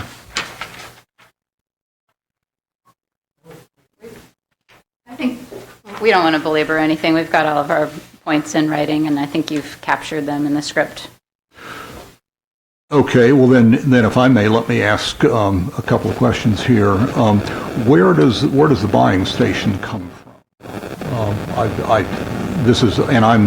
I'm reading from what I copied from your proposed conclusions of law that there are 7 different uses on this 0.84 acre property. Yeah. Do you mean where does it exists? No. In life? Where did you come up with the idea that one of the uses of this property is as a buying station? Well, that's my understanding, is that one of the current uses of the property is a buying station, whether it was explicitly in the original application or not, which is not the same as a marina. It's not an accessory use to a marina. It's a commercial facility. That just isn't currently accounted for in the approval. Okay. Mr. Murray, did you want to respond to that? I think we're going to have to parse through each of these uses, and I haven't, frankly, Ms. Collins, I haven't seen anything in any writing so far that suggests that there's a use that's called a buying station. I haven't heard of it either, except from Ms. Collins. I think it was maybe some loose talk at one of the 1,001 meetings that have occurred here. But no, there's no plan or idea about a buying station, whatever that is. Is there a buying station? I think that I think that at times some of the lobstermen sell lobsters off the back of their boats or something. John? Yeah, as you know, the southern pier is described as working waterfront, and we did have Luke Lobster operate a buying station. They leased the space while Carter's Wharf was being rebuilt, and that's we never introduced the term a buying station in any of our discussions. It was just working waterfront, and that's what it was. Is it still serving as a buying station, or has that gone back next door? It's gone back. That's gone back, and we're still, there's still some working waterfront activity, but not an official buying station. Okay. And can you flesh that distinction out? It's a working waterfront doing what other than acting as a buying station? Currently used intermittently by lobstermen, and to unload traps. They operate out of there, and we've also got those people who are cleaning up the ghost traps. They're operating out of there too. Okay. So that's where it currently is. That's where commercial marina comes in. Okay, all right, good. Yeah, thank you, John. Thank you. Ms. Collins, let me come back to you because we've got on your list a commercial marina and a recreational marina. And I'd be interested in how those two differ from the marina with two piers that was approved in 2020. I'm not sure that it does differ, but I think that if an error existed in 2020, you're free to correct it, given how many things are being changed as part of this approval. Is there one marina or two? I think there are two. They're operated separately. The recreational marina, for instance, isn't operating at all, as far as I understand, and is connected with the park use and the recreational side of the property. And the commercial marina, which is operating, is distinct and operated for a commercial purpose. So, I mean, it's up to the board to go down the table of uses and see where those things fall. But I think they're acting as separate uses on the same property. Okay, well, I think it'd be helpful if you pointed that out to us on the table of uses. Okay, I will take a look. Would you please? Yeah. Yes. Yeah, Mr. Razor? Sure. Yeah, no, you actually described it correctly. In 2020, we were approved and the planning board did marina as a use, but noted that there was a recreational and a working waterfront marina divided by the south and north piers. It's always on the table, always 100% transparent. If you go to the site today, that's exactly what you see. If you look at signage, that's what it says. It's always been 100% transparent, and the site represents what we were approved for, and it's completely aligns with the approvals. So your contention is that the marina, as originally approved, was described as having a commercial component and a recreational component. Oh, absolutely. The planning board specifically just lumped marine as one use, but noted that there were two piers. One was recreational and one was working waterfront. Thus, you'll see signage down there noting that, because that's what we were approved for. Exactly. Thank you. Okay, thank you. Yeah. Just a quick question. So the recreational marina is not for profit, is that correct? As it says here, recreational conservation use, not for profit? I'm actually not sure about that. Yeah, I can't answer that. I can partially answer that. The commercial marina, yes, we charge people a modest rate for that. And then there's if you want to call it the true recreational, people can tie up, short-term tie-ups, no charge. So there's no charge? No charge. No, at all. Okay, good, thank you. Yeah, Mr. Doyle? Please. I'm familiar with the space because I live next door to it. There's a big marina on the west side where the sun sets. Probably has 16 slips that are reserved, like number 1 through 16, saying reserved, has somebody's name on it. My understanding, people pay rent to have those individual slips. The outside of the west side of the marina is where they can tie up short-term, I believe, up to 2 hours for free. On the south side of the property is a commercial marina with a derrick that takes lobsters or whatever it takes out of boats. Next to that building is a separate 2-story building. I see the huge commercial trucks come and go every day. Is functioning as a buying station. I beg you, if it's not a buying station, what is the use of that 2-story building? It is a use. There is a separate use for the commercial marina. There is a separate use for a buying station. And on the west side, if you just come by and take a peek, you'll see that the inside of the marina are leased to individuals with boats. There's 15 of them there if there's one. And on the outside of it is where the free tie-up is. Okay? Okay, thank you.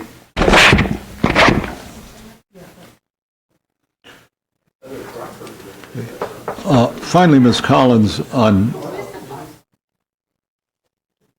Yes. Yeah. John, you've got somebody behind you.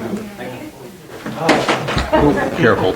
Tripping my way up here. I'm Marion Coleman. I am a resident of Boothbay Harbor. And Ms. Coleman, put yes. your microphone down so we can make sure to capture everything okay. you said. That better? That's better. Thank you. And I'm treasurer of the board, so I think I could answer your questions about use from the perspective of how our marina is used on a daily basis. As was said before, we had a temporary arrangement on the working waterfront side of the marina with Luke's Lobster to help them out while Carter's Wharf was being rebuilt. That has now ended because they were not operating.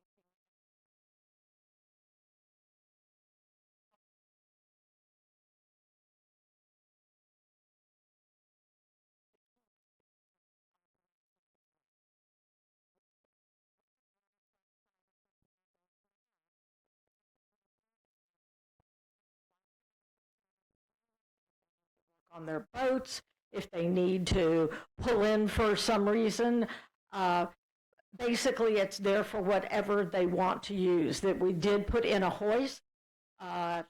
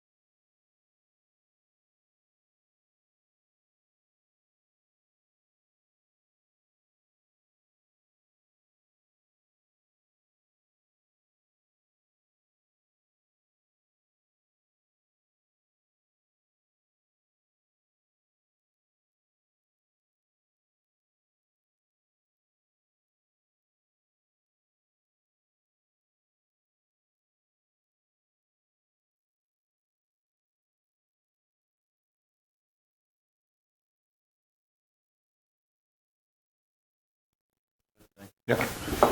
Kristen? Yeah.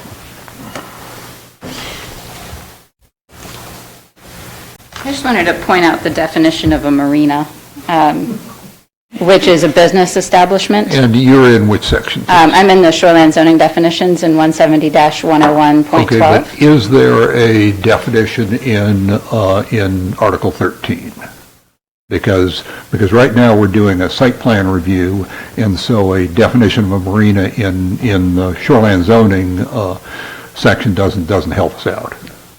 It wouldn't surprise me, and you're welcome to look and come back up. Wouldn't surprise me if there's a definition in Article 13. I think it's 113, 170, 113. Yeah, well, yeah, right. And do you have that, Dan, right in front of you?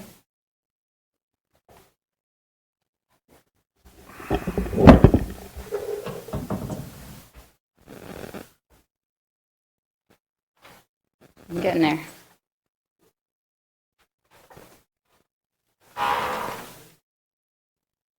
Same thing, a business establishment. Okay, so go ahead and read for our benefit the definition of a marina. A business establishment having frontage on navigable water and and as its principal use providing for hire offshore moorings or docking facilities for boats. Then it goes on to talk about some accessory uses, but business establishment for hire. So it is profit motive. So I'm not going to make a suggestion as to what the recreational marina is, but it's not a marina per this definition. Spell So it out for it's me, gotta be because something else. they do charge in the recreational marina. So why is that not a marina? My understanding is that predominantly it is intended for nonprofit use without charging. Well, I think we just heard that Okay. there is short-term free dockage on the front of the pier, but that there are 10 slips, not all of which are rented, but which are rented. If they're putting themselves out there as a business establishment, that would be a 501c3 problem. They're not a business establishment. The ordinance defines and makes distinctions between nonprofit and for-profit. This is clearly in the nonprofit side of things. So you're saying that no nonprofit can have a marina? I'm saying it's got to be classified as something else because it's not a business establishment. And there are other opportunities, other definitions that might apply. It's part of an outdoor recreation facility, you could say. It's just, it can't fit under this definition. Okay, thank you. Mr. Razor? I mean, yeah, we appreciate the conversation. It's interesting. But again, we're not proposing to amend our marina use. We were approved for a marina in 2020. We maintain that as a use. We're happy with the use. And we're not here to amend that use. So there could be conversations around that, I guess general conversations, but it doesn't really pertain to our application in front of you. We're very happy with the marina. We're very happy with the working waterfront. We're happy with the parking. We're happy with the boathouse. We're not proposing to amend that. Any proposal to amend that is not coming from us. Therefore, it's not part of our application in front of you. Thank you. Okay, anything else on marinas? Okay. Finally, there is again on the abutters list, an eating pavilion. And I'm not sure where that comes from. That's the seventh use that you list.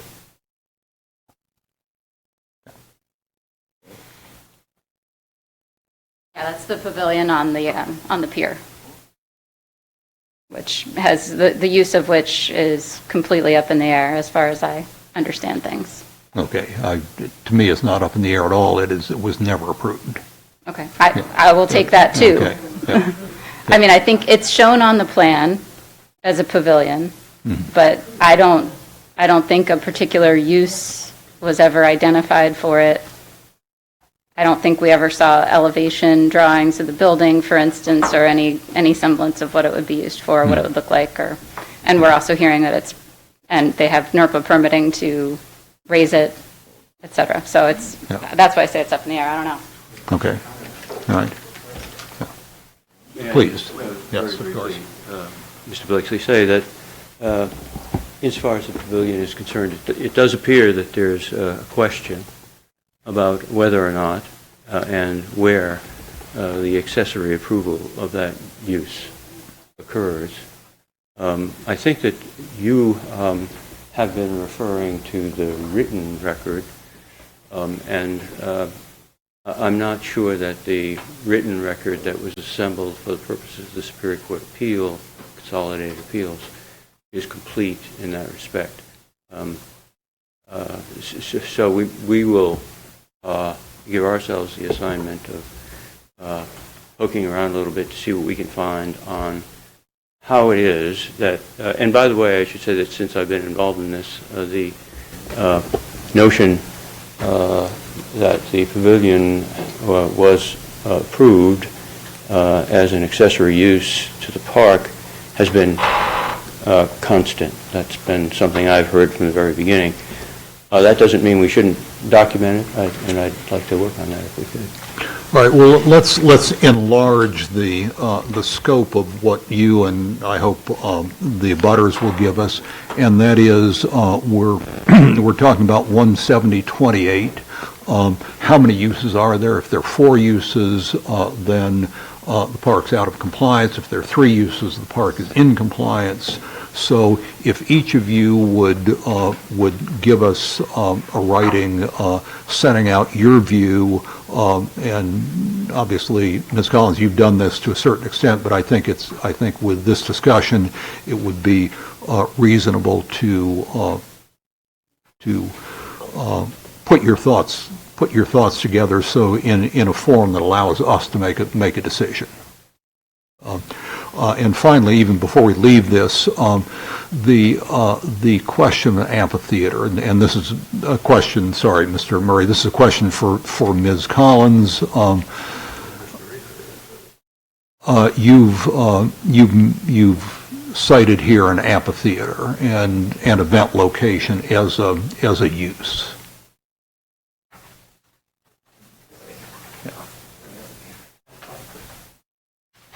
So we have heard and I think the chair mentioned it at the site walk, that you had also heard the splash pad area being referred to as an amphitheater, which ties into questions that we had for the applicant also at the site walk about events that would be planned and where they would be located. So we know there are going to be events. I don't know that events and, consistent offering of events falls under the definition that they're using for the outdoor recreational facility. That, again, is some other type of use that just needs to be classified. But to the extent they're going to use the splash pad area for that, I think that's definitely within the scope of this application to ask about and talk about and classify. And then the question of events in general has never been discussed by a planning board dating back to 2020. I was hoping that we would discuss that this morning. At the beginning of the It might be meeting. morning by the time we get there. Yeah, okay. So we have the difficult issue of when is a use, and when is a use not a use. And so we'll ask for the parties, please, to give us a writing addressing that question in the context of 170-28.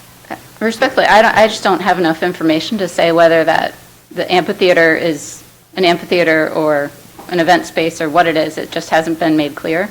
So if the applicant is willing to provide some more information about whether they would use that part of the property for events and what those events might look like, that would really help us respond to the question of how it's classified. Well, but right now, without that information, I'd like you to tell us what you believe based on your information today. Yeah, I can. It's going to involve some speculation. That's all. Okay, but you'll understand that speculation is completely unhelpful here because we've got a schedule of uses. That's what I'm saying. If the applicant could just clarify what they're intending to do for events and where they're going to be located on the property, then we don't have to speculate. Okay. Yes. May I just Sure. say that may I just say that the amphitheater word first appeared in this case sometime after the site visit. As far as I can tell, I didn't see it before then. I don't think I've ever seen it anywhere except in the writing of Ms. Collins. There is no, to get back to basics for just a minute, there was no 2020 approval of an amphitheater. Say that. There's never been, from my perspective, any indication that there's any intention to use that structure as an amphitheater, as I understand that word. And so I think this is another sort of thing that has creeped into the case without real justification. We'll address that. I think we could clarify that and can clarify that without much difficulty. I think we can say more about events, and if that would be helpful to the other side, then although we can certainly say more about events. I think they probably know more about events than I do at the moment, but we can do that, and I think it might give them some idea about what we plan to do. To me, the important thing is that that list that you have of uses is from Ms. Collins, I think, is very much amorphous and speculative, and I think she acknowledges that in what she just said. I don't think she acknowledges this as amorphous, but possibly speculative. Colleagues, would it be helpful to you if we discuss events now? No. What I'd like to hear from Mr. Razor. He's had his hand up, and I'd like, before he speaks, I'd like to ask him a question. Sure, yeah. So we've got a marina with two aspects to it. Mm-hmm. We have a park, outdoor conservation and recreation use, not operated for profit, and you maintain that the splash pad is an accessory to the park. Is that correct? Yeah, thank you. That's exactly correct. That's exactly what the planning board decided. And then we have a grocery store. Exactly. Okay. Sounds like we've got three uses. That's correct. How are you counting? We have a marina Okay.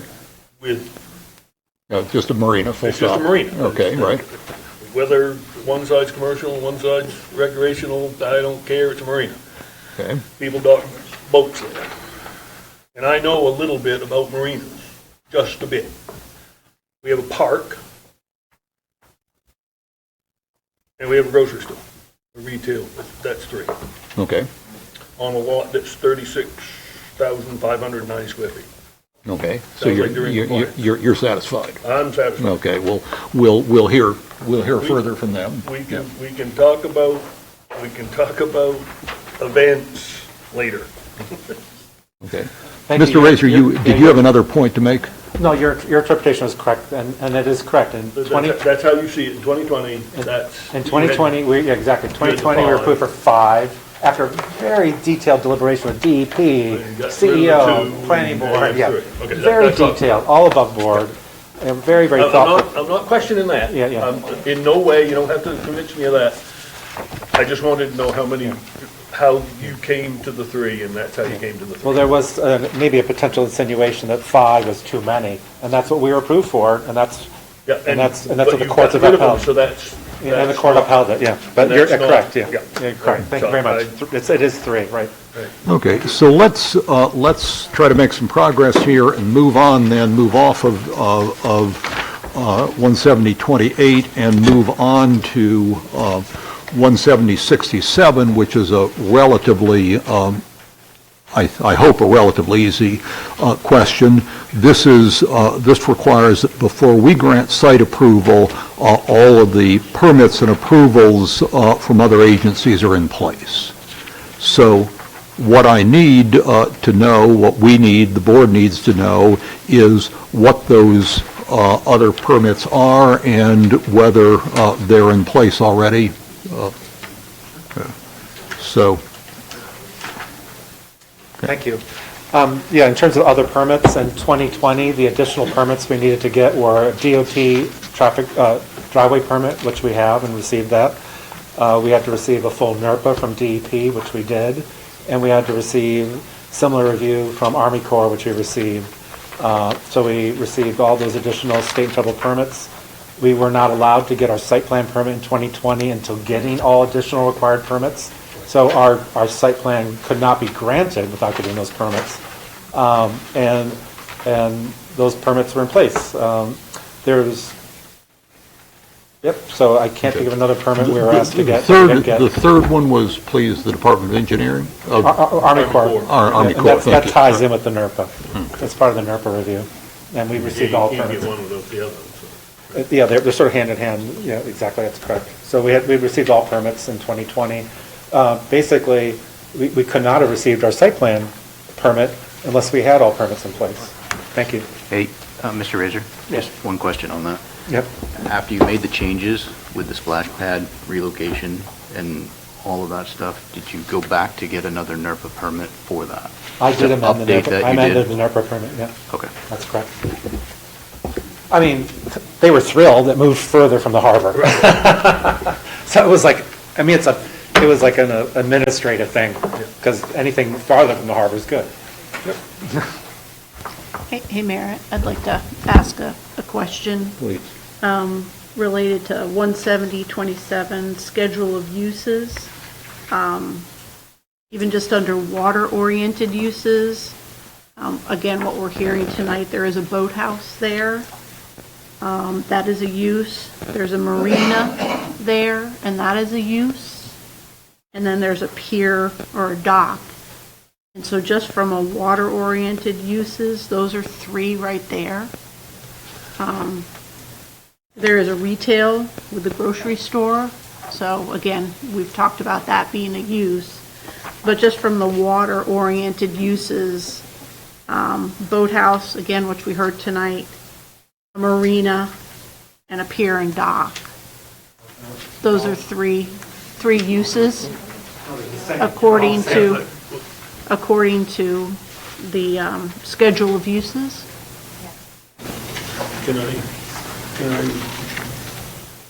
Yeah, does everybody see what Lisa's referring to, which is that these are broken out separately in the table of uses and with different permitting requirements attached to each? Okay, so can I? Yeah. I think. You want to get next to a microphone, Link? Sorry about that. I think the term boathouse is confusing. This isn't a boathouse that you put a boat in, which is, I think, what is illustrated in the section. This is a, I think they're just calling it the boathouse. This is just a 2-story, this is a shop, is what it was. That's what it was originally when it was a shipyard. It's just a shop, so it's part of the overall marina. Marinas have buildings, and they also have docks and piers. I'm just going by the land. Well, but you can't have one without the other, I guess is what I'm saying. You can have a dock and a pier without a marina, but you can't have a marina without a dock and a pier. I guess I think is the thinking. Well, I guess what I'm saying is I think that's probably what the thinking was in 2020 when the previous planning board said, yeah, you can do that. So. But if we're going by what we're required to look at as far as uses, again, kind of going back to what you said of this is what we have as definitions of uses, I think that's what we should go by. Well, I think it would be helpful for the parties to look at whether it's clear in the 2020 approval that the boathouse, or we can call it the boat repair building, was covered by the 2020 approval. So we'll look forward to seeing that in your writing. Yeah, and actually, it's delineated, I think, on the plan, marina support. Isn't that correct? Yep. Yeah. Mr. Craig? Yeah.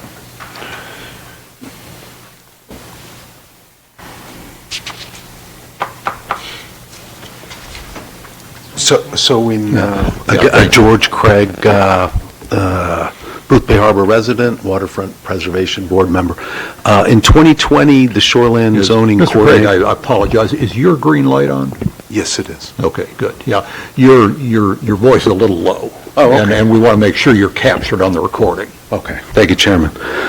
So in 2020, the Shoreland Zoning Coordinator, Colin Clark, gave Mitch the option of making that building an accessory to the park, to house park maintenance equipment and so forth, or making it an accessory to the marina. And Mitch chose accessory to the marina. That's what we applied for. And so... But applied for under your shoreland zoning application? No, site plan application. Site plan application. Yeah, okay. Yeah, site plan application. And what was the date of that, please? So that was a 5/15/2020 memo from Colin Clark to the planning board regarding existing and proposed uses. And is that in the record? It is in the ADB record. I presume it's part of this record. I mean, it was a document that was sent from Colin to Jeff Smith, and he forwarded it to the planning board and to Mitch Razor. And you said that was the date in May of 2020? May, it was either May 8th or May 15th. It may have been May 8th he wrote it, and then it was forwarded May 15th. I don't quite recall. I'm sure Mitch could dig that up. 2020. Very Okay. quickly. Yeah, it's a four-page document titled Shoreland Zoning Comments on Existing and Proposed Uses. Okay. And quite a bit of time was spent going back and forth between Mitch, Jeff Smith, and Colin Clark before that document was produced. And remember, this was COVID, right?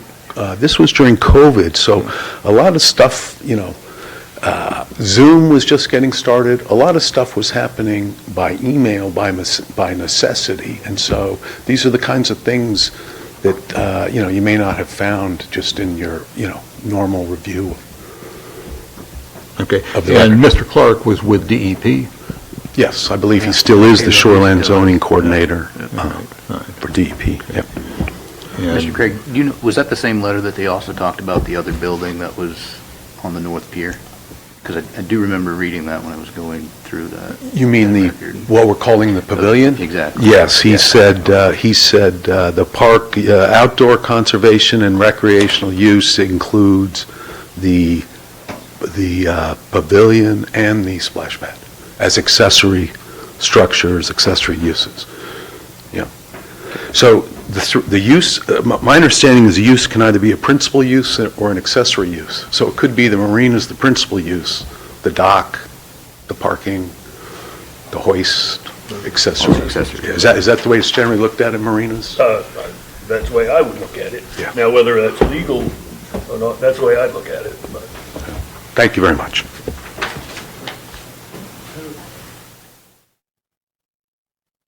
You had a couple questions there, Mayor. Yes.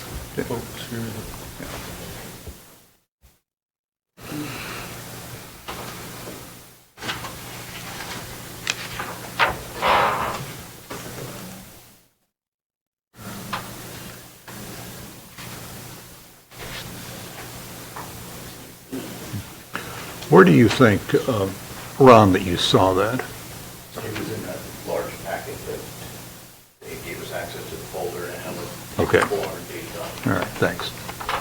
Okay. All right. Turning to you, Dave, because I do that with any question about a permit from the fire marshal. Is the permit from the fire marshal required here? I don't believe so. Okay, and if Hodgson House is used, The only thing they would have to do is get a note from the fire marshal that says nothing falls under their jurisdiction. okay, so they would have to have something from the... Yes, it just says nothing applies. That's how we had put it in, that they will get some response from the fire marshal whether it applies or not, doesn't apply. Yeah. Mr. Gilliam? Sure. For the record, I'm Warner Gilliam, Walsh Engineering, here on behalf of the Doyles. Just to clarify that certainly use, my understanding now that, since the grocery store is still an applicable use on the application, it certainly does require review and approval by the State Fire Marshal's office. State Fire Marshal certainly does a life safety review of any, any type of, public structure, and this certainly would be a public structure that would be used. So you have your ADA compliance that needs to be addressed. That's a barrier-free permit that's reviewed by the Fire Marshal's office, as well as any fire, any of the fire suppression requirements that arguably could come into play here. So there most definitely is another approval that's required. It will, and I assume that will come up when they apply to put a store in. For a building permit, Yes.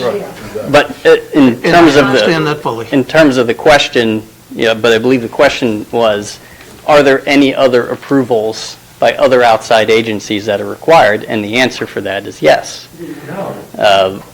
State Fire Marshal, on doing a life safety review of that, not only looks at the building, but they do look at the site. And so they most definitely look at parking and accessibility into the building. That's not part of the State Fire Marshal's review, but Yeah, continue. we just recently took a reconstruction of a restaurant through a site plan approval, and were required by the State Fire Marshal to locate the ADA parking spaces in a specific location, and that was part of their review. And we're not talking about that, but noted. But, Mr. Gilliam, we've got this grocery store is, in a sense, is in limbo because it's been approved, it's approved in 2020, it's not been withdrawn from the application, and yet it's not in operation. So, and not necessarily going to go into operation in the near future. So, where, in your view, does that leave us on approving this application, the amended application, where the grocery store is not a part of the application? So, certainly what you may run into is that, subsequent to going to, the State Fire Marshal, is that they may come back with additional improvements and requirements that aren't consistent with the site plan. And arguably at that point, it needs to come back to this board for amendments to the plan. Okay. I mean, I think that's the simplest aspect of what could occur. So did I just hear you say that you believe that we can go forward and eventually, potentially approve this application without input from the fire marshal? I think what you're potentially faced with here, right? So, I'll go back to the ADA access piece of it, right?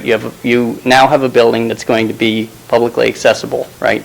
So there's no ramp shown on the site plan for handicapped accessibility into the building. That's going to be a modification to the site plan. That's something that, that should have been addressed when that use was brought forward and established. But remember, it was approved in 2022. We've got an approved grocery store here. 2020, thank you, yes. An approved grocery store here that's not operating at the moment. Fire marshal approval, yes or no? Not right now, today. So they're going to need a fire marshal's approval in order to operate. No, but that's not my question. My question is, today, can we approve the application without fire marshal approval? So it goes back to the question that you asked. Excuse me. What about the ground rules? Yeah. Okay. We're not supposed to talk about the grocery store. That's part of the ground rules. We're not talking about the grocery store. We're supposed to be respectful. And I thought we had a script that we're sticking to. Yeah. Just saying. All right. We're not supposed to have. If anyone would like to speak there, they should come to the podium and be recognized. We're trying to work through difficult issues. We are right on track with the script. So I would ask in the strongest possible terms that there be no spontaneous outbursts from the crowd. We've got a podium up here, a microphone. Come up here if you have something to say. It is a response to the question of, are there any additional permits that are required, for this site plan? And the simple answer is yes. Okay. And I'll add to that if I can. Yes, but let me finish up. Okay. Dave, you know something about this, and you have a different view. No, when they apply for a building permit to use that building, it's going to have to go to the fire marshal with a set of plans, and they will issue permits. Okay. But as it sits right now, they're not applying for anything. Okay. All right. So no, nothing's required now. In my opinion. Okay. Right. Kristen? Yeah, the reason why I think it's relevant is Werner's right that the fire marshal does look at the accessible path of travel all the way from inside the building all the way out to the parking lot. And the parking lot is changing as part of this application, changing from even what was approved in 2021.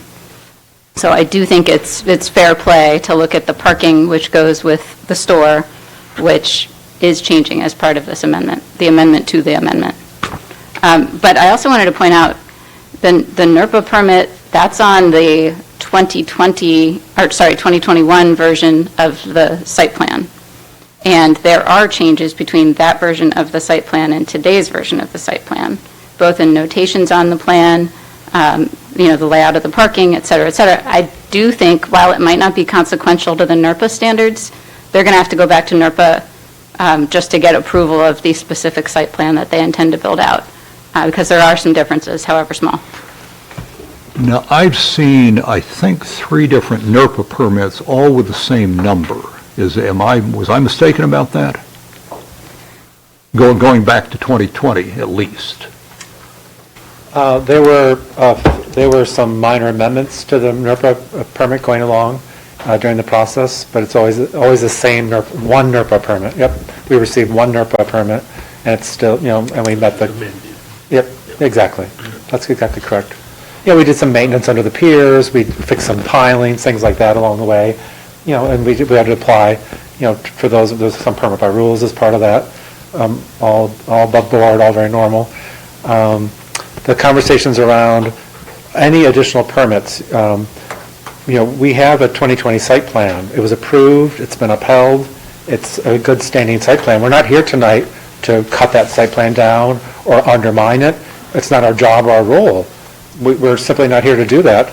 I mean, I don't even know what our authority would be to undermine a permit that was received in good faith. We're not here to argue the merits of our 2020 site plan. We're just amending a couple minor items on it, normally, which would have done just administratively, but somehow got kicked to the planning board. And then discussions around uses, 5 uses, 3 uses, 10,000 square feet. I mean, it's an interesting conversation, but are we here, are we saying tonight that we're... Let's stick for a moment with permits. Yeah. Please. Yep. Yeah. I don't know, we have all of our permits. If you're being extremely granular, yes, you need to get an electrical permit. Yes, you need to get a plumbing permit. Yes, you need to get a fire marshal permit. Those are when you pull a building permit. And that's the normal procedure. I mean, we can get into splitting hairs here tonight and muddying the waters, but everyone knows when you do a project, you go pull an electrical permit. I don't even get involved with that. That's like the trades. They go do that. I don't even have anything to do with that. I don't pull plumbing permits. That's like the trades do that. That's a totally different conversation. We've all have had work done in our homes where we've got our permit, and then the trades go pull their individual permits. It's like almost removed from this process. I mean, I'm just not even ever involved with that. Like zero involvement with those types of permits. Those are, like I call the trade permits. Of course you have to have a fire marshal permit when you pull a building permit. That's part of that, exactly. I think the question's been asked and answered. Yes. Several times. Thank you. Good. Yeah. Okay, are we... I will comment. I want to make one comment. Oh, please. Okay. So, when we did the hotel on the east side, we approved that hotel. One of the things that... And your microphone there. Yeah. One of the things that we made a big deal about, Dave, yourself, you were paramount on this, that we had to have either the fire marshal, the local fire marshal, or the state fire marshal come in and make sure that there was egress for the trucks and that they could turn around in the parking lot and everything else. We should do the same thing here. I don't see that would be a big issue. It's something they can do simple. But at least it puts it on the map, it makes it visible, and then if there's any other feedback that has to happen, it can happen. But I do find, I, like you, spent a career in the fire service, and I think that it's important that we make sure that that's looked at. So I think that's mandated. We make it a mandate as far as this goes, and we get some kind of letter, if anything, just a letter from the fire department saying, I can get my truck in here, I can turn it around, I can do what I have to do to save lives. That's it. Thank you. I can add to that. Again, we received our 2020 site plan permit. It was reviewed by staff, reviewed by the different departments. We could not have received our approval if we didn't have letters from the water district, from the emergency fire services. That was all part of the review at the time. We also received our DOT permit for the driveway. But you've made changes now, and so making changes in the parking area and stuff like that, it has to be changed. We haven't. We're not kind of, I'm just asking you to do it. I'm not saying that this is what we expect. We can take a vote on it if you'd like, but we expect to get a letter from the fire department. It's that simple. Easy. It's an easy one for you. Okay, I think when all else. Thank you, Mr. Razor. You're pushing the bounds of review. Thank you very much. Please, sit down. I think when all else fails, you can always read the ordinance, and so let's do that. If the proposed development requires a permit under Site Location or Development Act, or the Storm Management Law, or the Natural Resources Protection Law, or is otherwise under the jurisdiction of the Maine Department of Environmental Protection or Transportation, final approval of the site plan application shall not be granted by the planning board until all such approvals are obtained. Elsewhere in 170-67, it talks about subdivision approvals, building, plumbing, electrical permits, subsurface water disposal permits, sewer connection permits, and the like.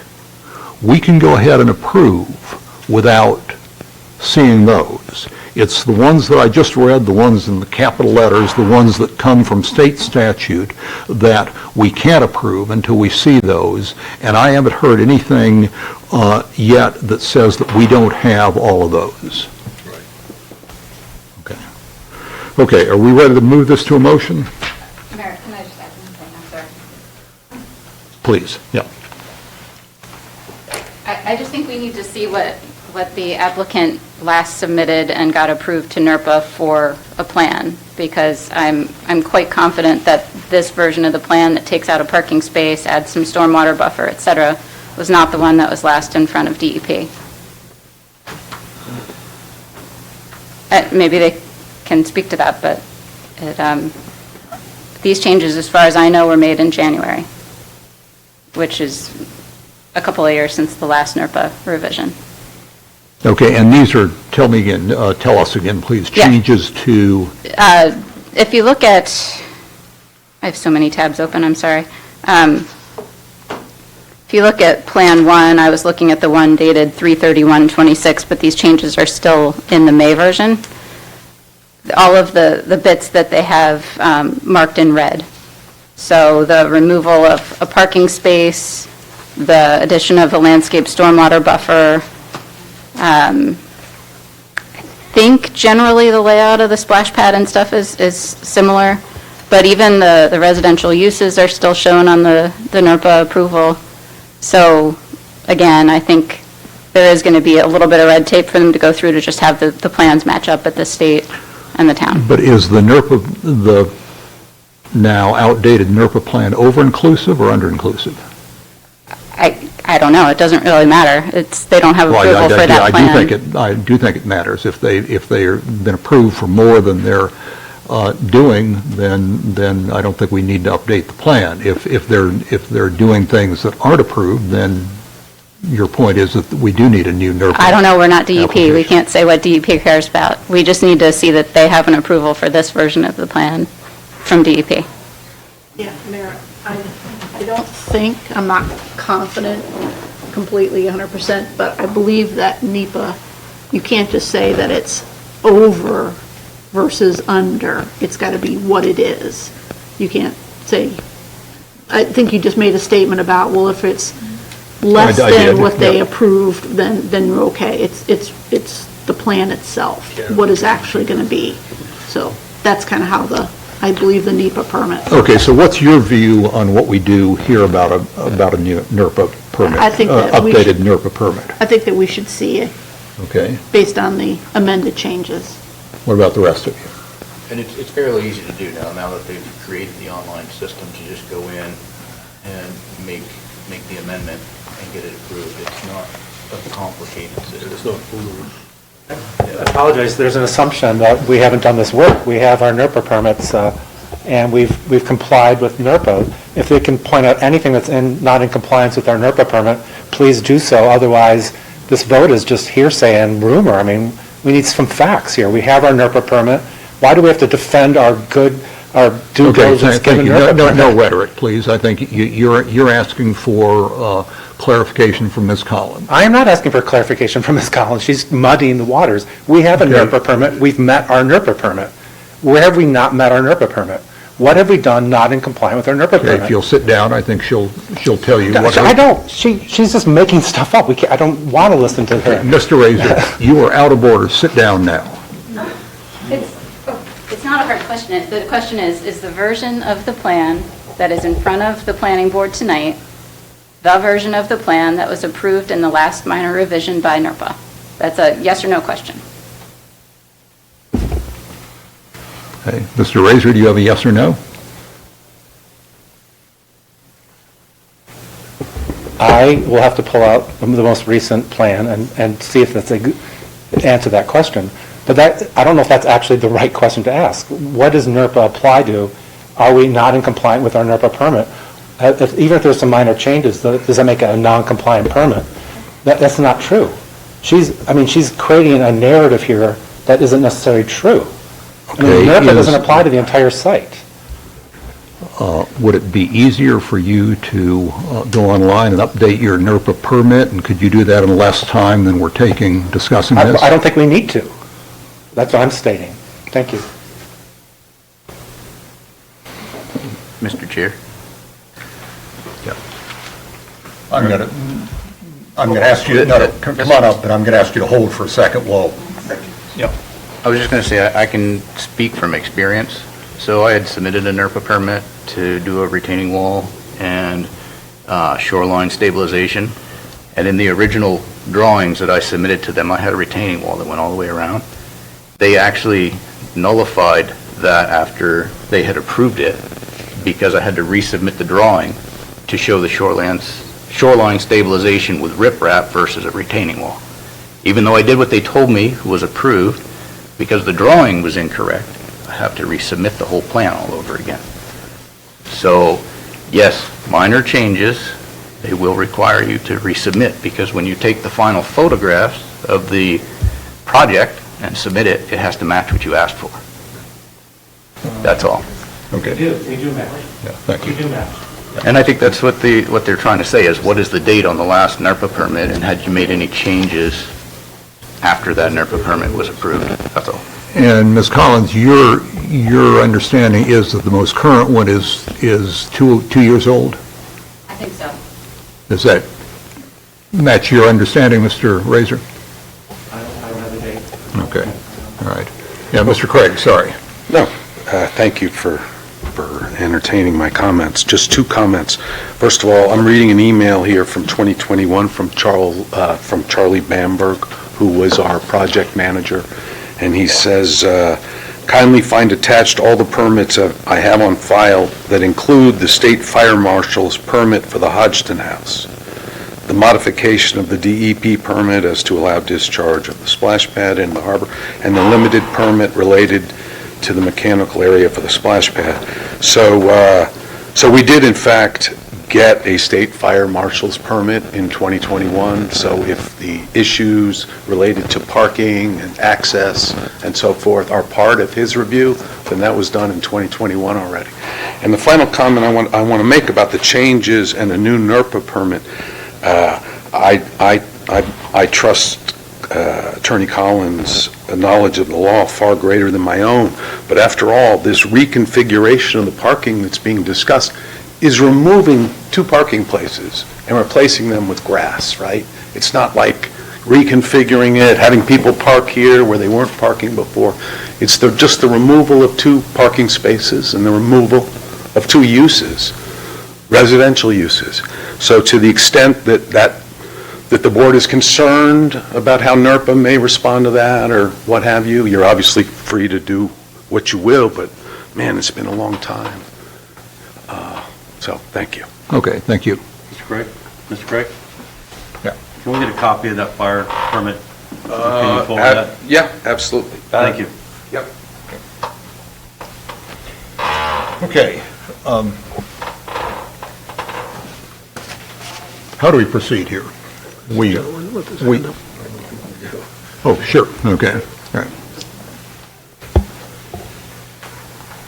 Just a point of clarification, within the DEP record for the permit by rule for the boathouse, there is a plan that doesn't match the improvements that you all have in front of you. So there are additional, due to the raising of the building, there's additional stairs that are shown on that plan that then just as its very nature does constitute then additional lot coverage, just by the very nature of it. So there is a plan that's that's out there that shows improvements that are not consistent with what you have in front of you.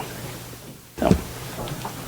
Okay, which is inconsistent with which? There's a NERPA, the most recent NERPA permit doesn't cover the most recent modifications to the boathouse?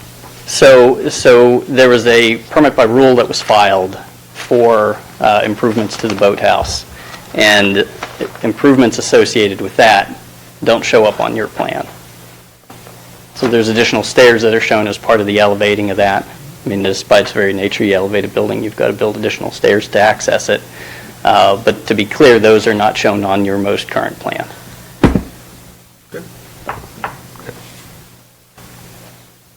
Yeah, Mr. Razor? Yeah, briefly, please. Yeah, thanks.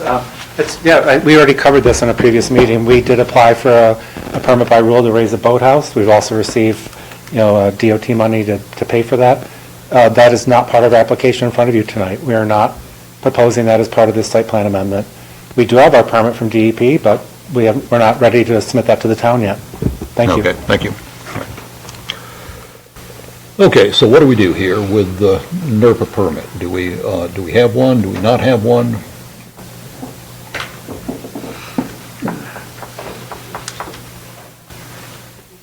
Have anybody seen it? I'm sorry? Have we seen it? Have we seen it? Well, I think we got one on file, but I think it's, what we're being told is it's 2 years out. Pardon? The last one I saw. I haven't seen if they have one anywhere. Okay, yeah, and tell us that in the microphone, but, yeah. I was just saying that as far as the NERPA permit goes, when I was reviewing that substantial 400-page document, the last NERPA permit I saw was in 2021. That was why I asked Mr. Razor if you had a newer one, because I know the splash pad was moved after that fact. So. That's correct. We've updated the splash pad location with the DEP. We removed the parking space as part of that. The paper trail with the DEP, they have all that on record. Thank you. Okay. Can you just make sure that we have a copy of that so that, because again, I don't remember seeing it in the record. Sure. So. Okay, I have one here that's from the record that's dated January 2nd of 2025. Pardon? So that's the most recent one I've seen, and that covers the subsurface drainage.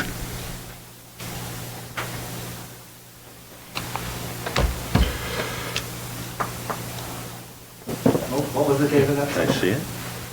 Yeah, January 2nd, 2025. See here.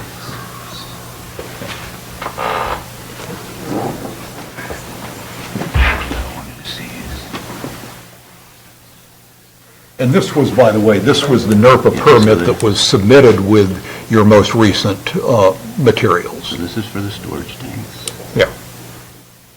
From the approved splash pool for irrigation. Okay, so yes, that's just an amended version then from the one that I read.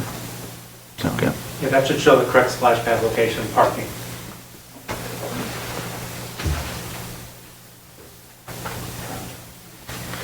No, I don't think it is. I think this is all about the subsurface storage, water storage, or subsurface disposal.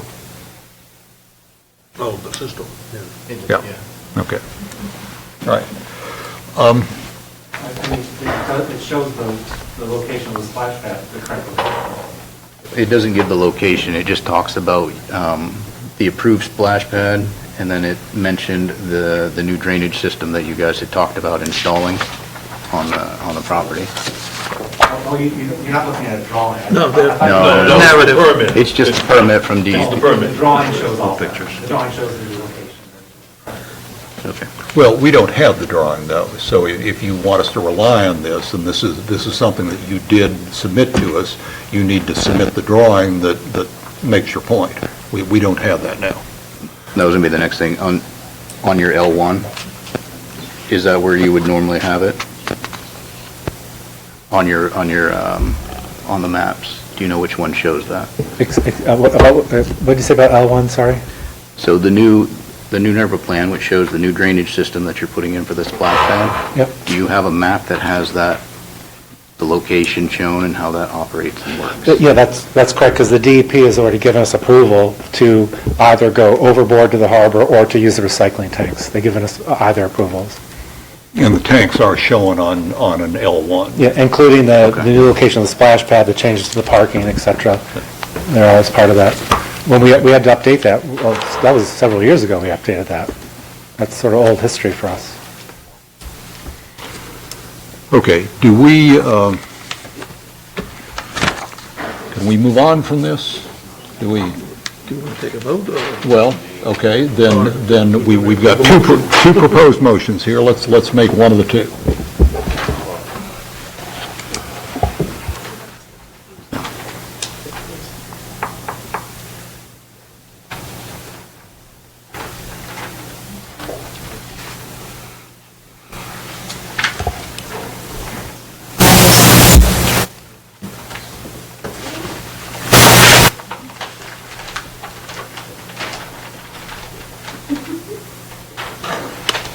I can't make a motion.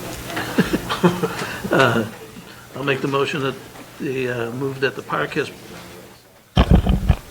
motion is that, I move that the park has provided evidence that has received all required permits on the list.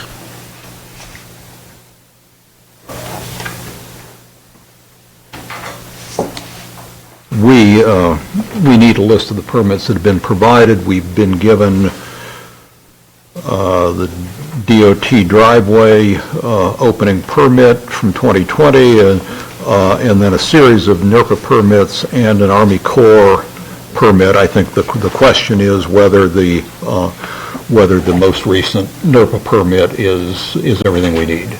So I think we need to list those, and or we can say a series of NERPA permits. Yeah, and that is right there. Okay. I would say, we have a motion on the floor, and it hasn't been seconded, but I would like to say that I think we definitely want to get copies of these permits before we approve Turn your it. microphone on, please. It is on. Yeah, okay. Let me move it closer, thank you. All right, and let me just, to facilitate this, let me second the motion, and now let's go into the discussion. So go ahead, Tom. Okay, so what I was saying is that, let me just turn it up a little bit, maybe it's not working. Is that working? Can you hear? How's that, better? There. Okay. What I was saying is that George is going to provide us with a copy of the fire marshal inspection plan, I guess, from the building itself and the other buildings. And I'd like to see a letter from the local fire authority, which is our fire chief, that says that when he visits the facility, he can look and make sure that he can get his trucks in and out of there.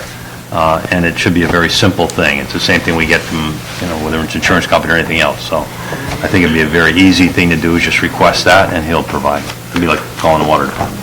Well, what I'm saying, Tom, is that while those would be nice to have, what this ordinance specifically requires is any permits from a set of 4 state agencies.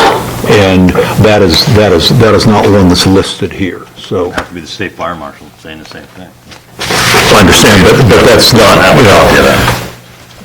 know. We don't have a copy of that, is what I'm saying. Of the fire marshal. That's right. But again, what I'm saying is that we can approve the application without something from the fire marshal according to the language of, We can approve this one item, you were saying. no, what I'm saying is that we can approve the, without a fire marshal's approval, according to this. I wouldn't do that. Well, no, but that's what it says, is in that, yeah.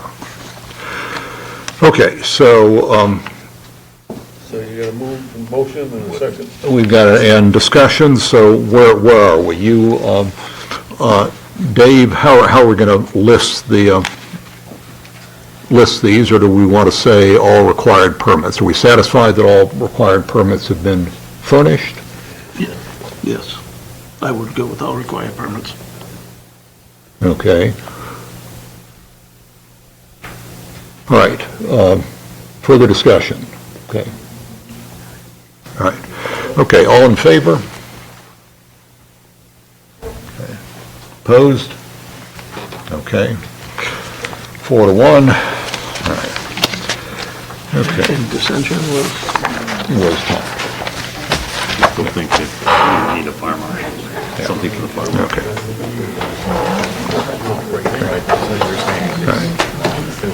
I know. We talked about adding it. Where they go from again, yes. We just put that in the ordinance last.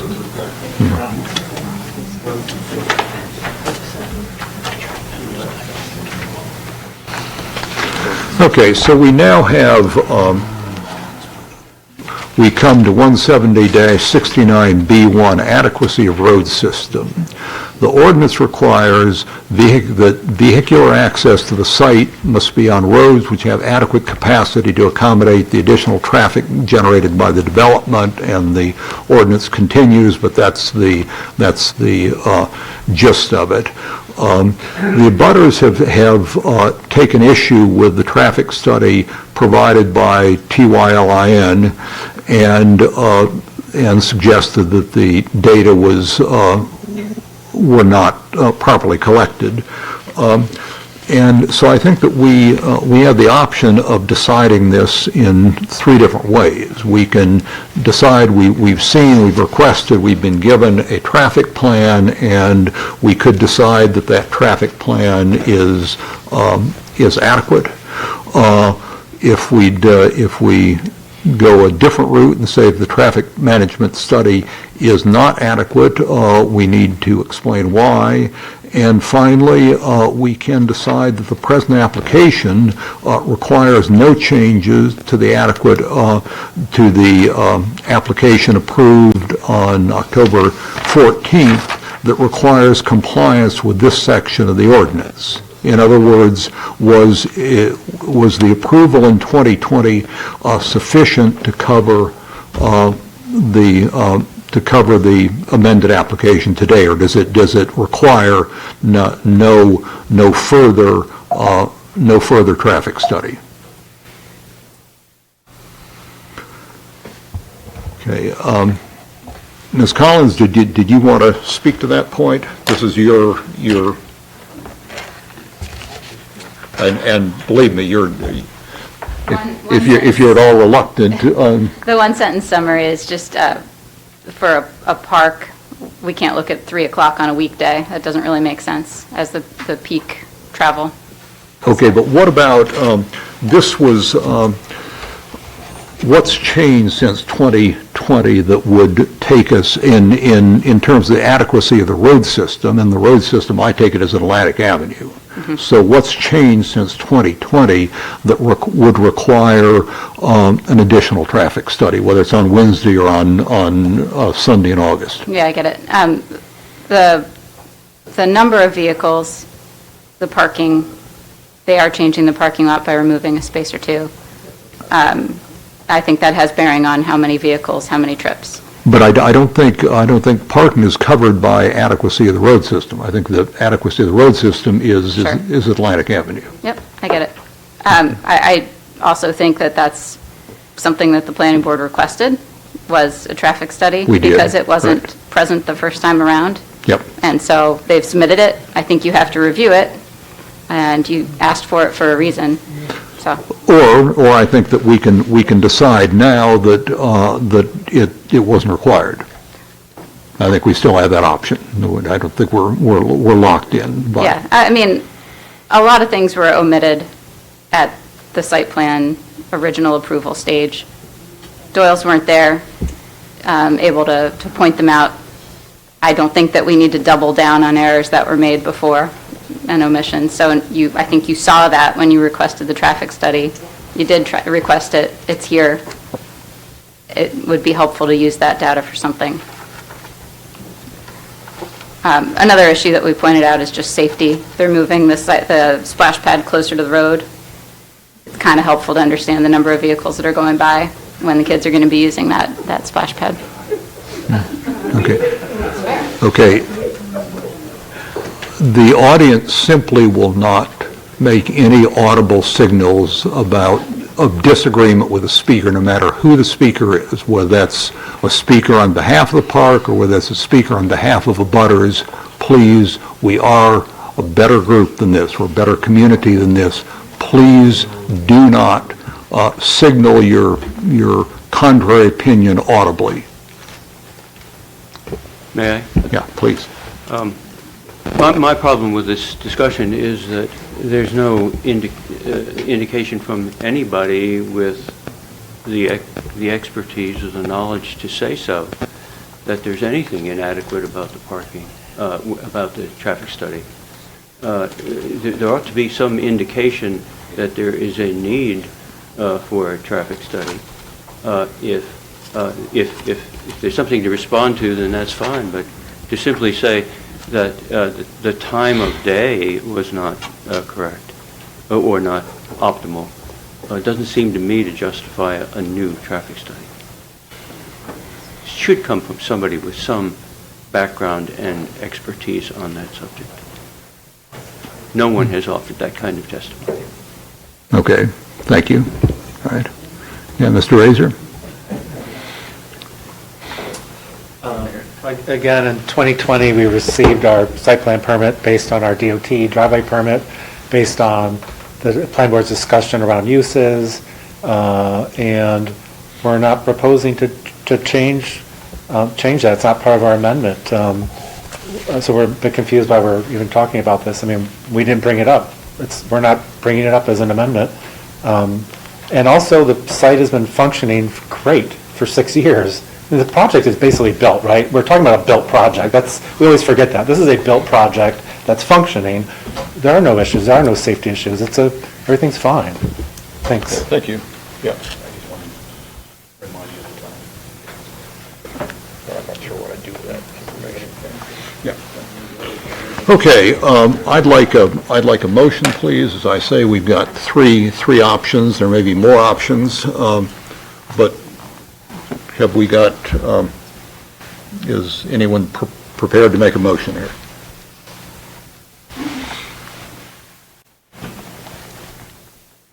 Okay. In that case, I will move that the present amended application requires no change to the application approved on October 14th, 2020, no changes that require compliance with the requirements of 170-69B1. May I have a second?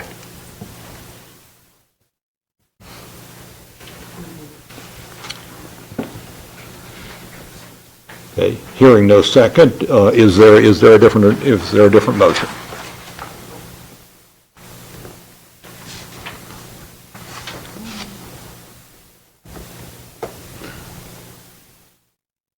I just want to understand. So it's vehicular access to the site must be on roads that have adequate capacity to accommodate the additional traffic generated by the development. I just, for the life of me, cannot remember in the traffic study, did they mention that it couldn't? Did the traffic study say that there was not? Adequate roadway to handle the park, that the park was going to generate more traffic than Atlantic Ave could handle. I don't think anybody has said that the traffic study commissioned by the park found problems with the park's traffic study. And Mr. Razor, you're shaking your head yes, that you can. That's all right. If I'll take a head shake as a yes, or a head nod. Thank you. Yeah, the park is producing less traffic than the previous use, just like with the stormwater, less stormwater. Yeah. Okay. Just traffic. Thank you. Yeah. Got it. All right. Okay. Less impact.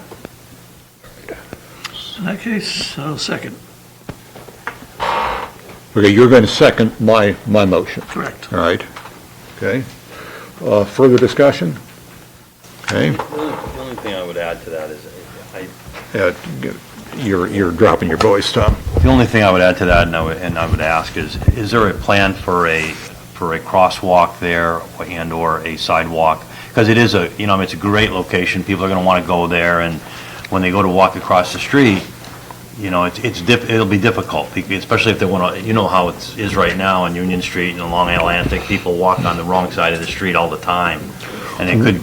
We have addressed that under a different, I understand that, but I just wanted to hear what you had to say. That's a great point. But let's not get ahead of ourselves. Let's stay with the script that we come to that may somewhere else? Absolutely, yes. It is in here just as you described it. So let's stick with the adequate capacity issue. Okay. So we have a motion on the floor that the present amended application requires no changes to the application approved in 2020 that require compliance with the requirements of 170-69, et cetera. Okay. Further discussion? Okay. All in favor of the motion? Okay. Opposed? Okay. Thank you.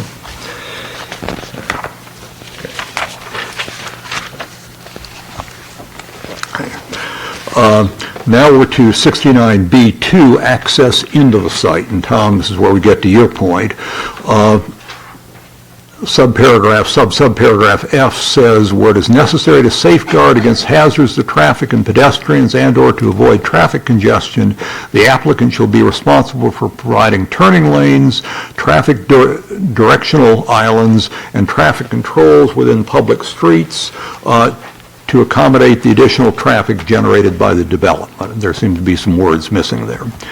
The abutters have said that due to the nature of the development, limited parking on the site, and planned public and private events, the development is likely to receive significant pedestrian traffic. There is, however, no sidewalk on the western side of Atlantic Avenue fronting the development, and no crosswalk from the eastern side of Atlantic Avenue where the development is located. To safeguard against hazards to pedestrians, the applicant should amend its plan to provide a sidewalk along the western side of Atlantic Avenue and should work with the town of Boothbay Harbor to provide a crosswalk from the sidewalk on the eastern side of Atlantic Avenue to the development. That, again, I'm quoting from the abutters' proposed findings of fact. Okay? So, yeah, do you want to speak to this? Yeah, no, those are, thank you for those comments. Those are great, and they remind me of in 2020. So in 2020, we made accommodations with the town that in the future, when they build a sidewalk on that side, we would welcome it, we would allow it on the property. We're very happy for the town to build a sidewalk in the future. We would love the town to build a crosswalk. We can't coerce you into doing that. We think that'd be great. So I think that sidewalk study, as far as I know, regarding the west side is stalled because there's too many my guess is there's too many driveways on there. I think the town has backed off on that plan. We are still, per our 2020 plan, if the town wants to build that sidewalk, we will make room on our property for it. And that was part of our discussion in 2020. So we encourage the town to put in a sidewalk, and we encourage the town to put in a crosswalk. We very much want both of those, so that would be great if the town did it. Okay, but you're not doing it. No, it was not. It was not a condition of our approval. No, and we would love to see it happen if the town proceeds with it. but we're not required to do it as part of our permit. And the state determines crosswalk locations, I think, do they not, Julia? Only on state road. It's a state road. Okay. Is this or is this not a state road? I'm sorry. It is a state road. It is a state road, okay, thank you. All right, okay. We have to get a DOT permit. Right. Yeah, okay, all right. Okay, Ms. Collins, do you want to weigh into this discussion?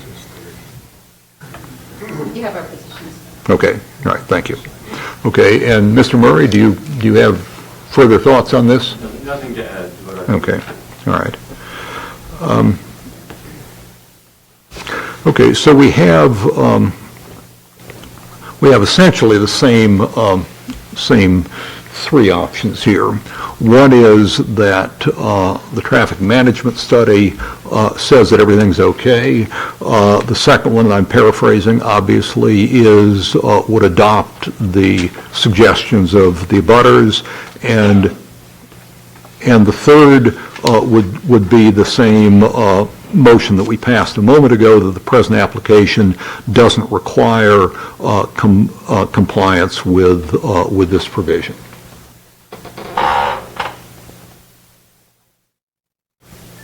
Okay, so what's your pleasure? Okay. Yeah.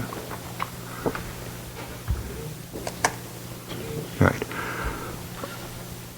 All right, well, let me, sorry, go ahead. I move that the present amended application requests no change to the application approved on October 14, 2020 that requires compliance with the requirements of 17069B2. Second. Okay. What I was starting to say is that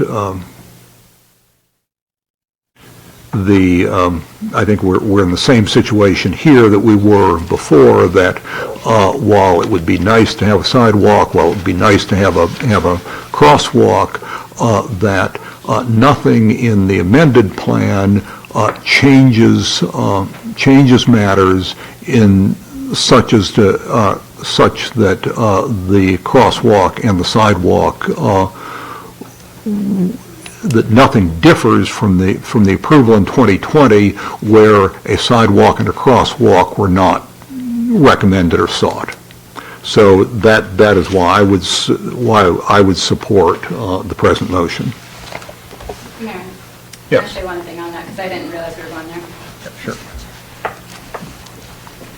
Just on the question of whether it's relevant to the amendment, I think it is, because the splash pad has now become a much more prominent feature on the site. It's larger and it's set closer to the road, which does create pedestrian issues. Those kids running back and forth are still pedestrians running around that site and crossing roads. And it's going to be really obvious there's a giant splash pad there and they want to go down to it. So I think it is relevant, whether there's a crosswalk, whether there's safe passage.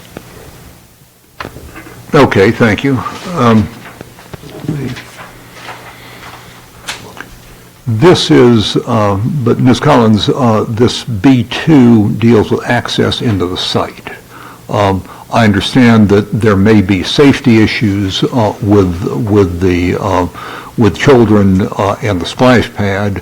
I don't think that takes us to access into the site, and I think we may want to consider those, but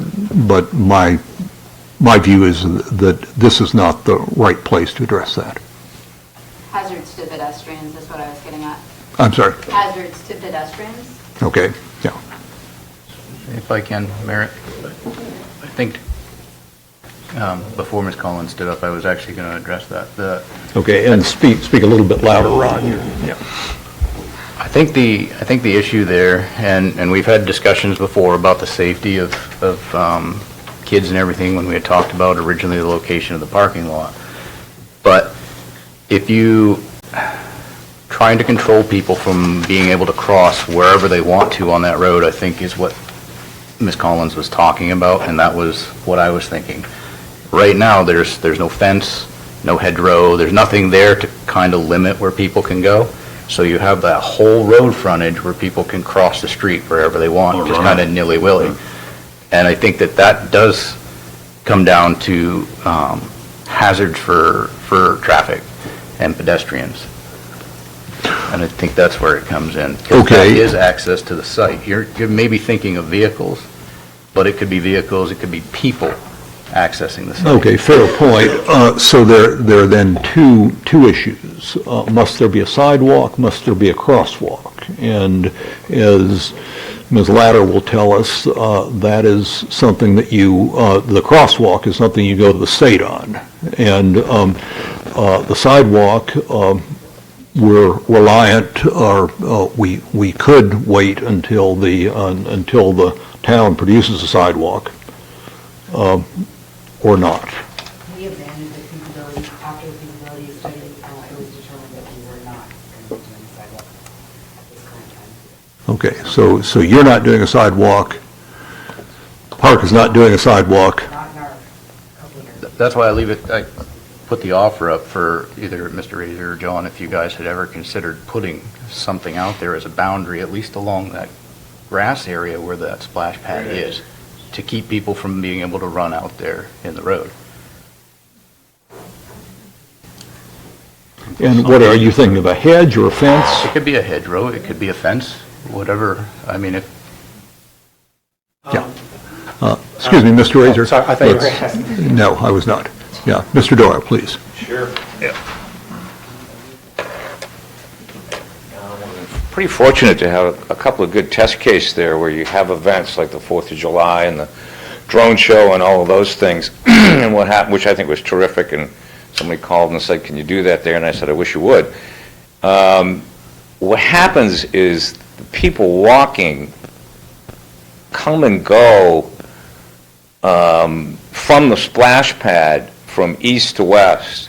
So when the event is over, whatever the event is, they don't necessarily come and go from the driveway. They come and go from the splash pad walking east up to cross the road. Walking right up to Atlantic. Yeah, Avenue. right. So Ron's right. If there was some barrier there, whether it's a shrub or a fence or something that caused the people to come down closer to the driveway, and then they could cross there more safely. Other than that, when these events are over, you get hundreds of people at the same time spilling out into the road, is what was observed. That's a pretty...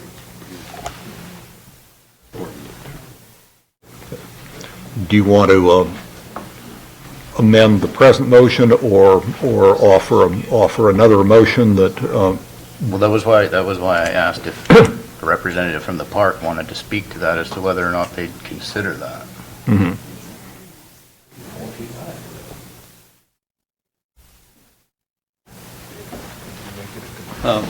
John O'Connell again. Yes, we're very much in favor of a crosswalk.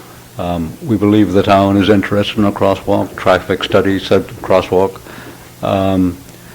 We were okay with a sidewalk being installed, but quite a number of people along Atlantic Avenue, a lot of businesses, a lot of driveways didn't want to do it. And regarding shrubbery and so on, yep, we got planting plans, and we will delineate the property in a less open way going forward. Is that okay? Sure. So would you be amenable to us prescribing what we think is needed?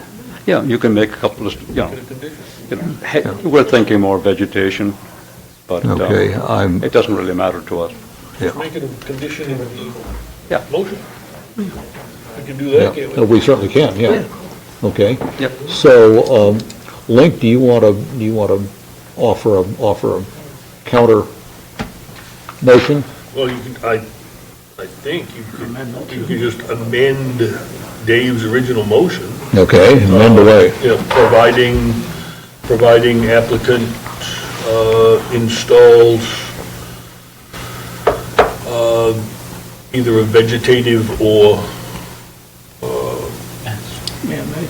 man-made, there we go, that's the word I wanted. Man-made barrier between the property and the roadway. Hence named Atlantic Avenue. How long?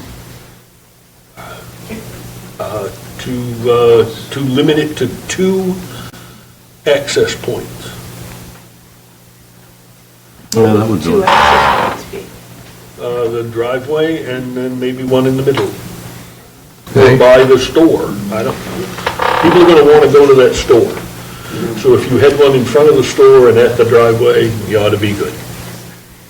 If I can just add, they may want to check with DOT for your access point. Well, yeah, I mean, that's just a suggestion. I don't think the condition needs to be quite that specific. They got it mapped out. Here's a driveway, and there's the walkway when it comes up. Comes right up. So we can make this and this. And with 2 access points, I think that's fine. You're gonna run that down there and solve the problem. Okay. All right. I think the 2 access points make sense. Okay. And Julia, your point is that the sidewalk is an access point.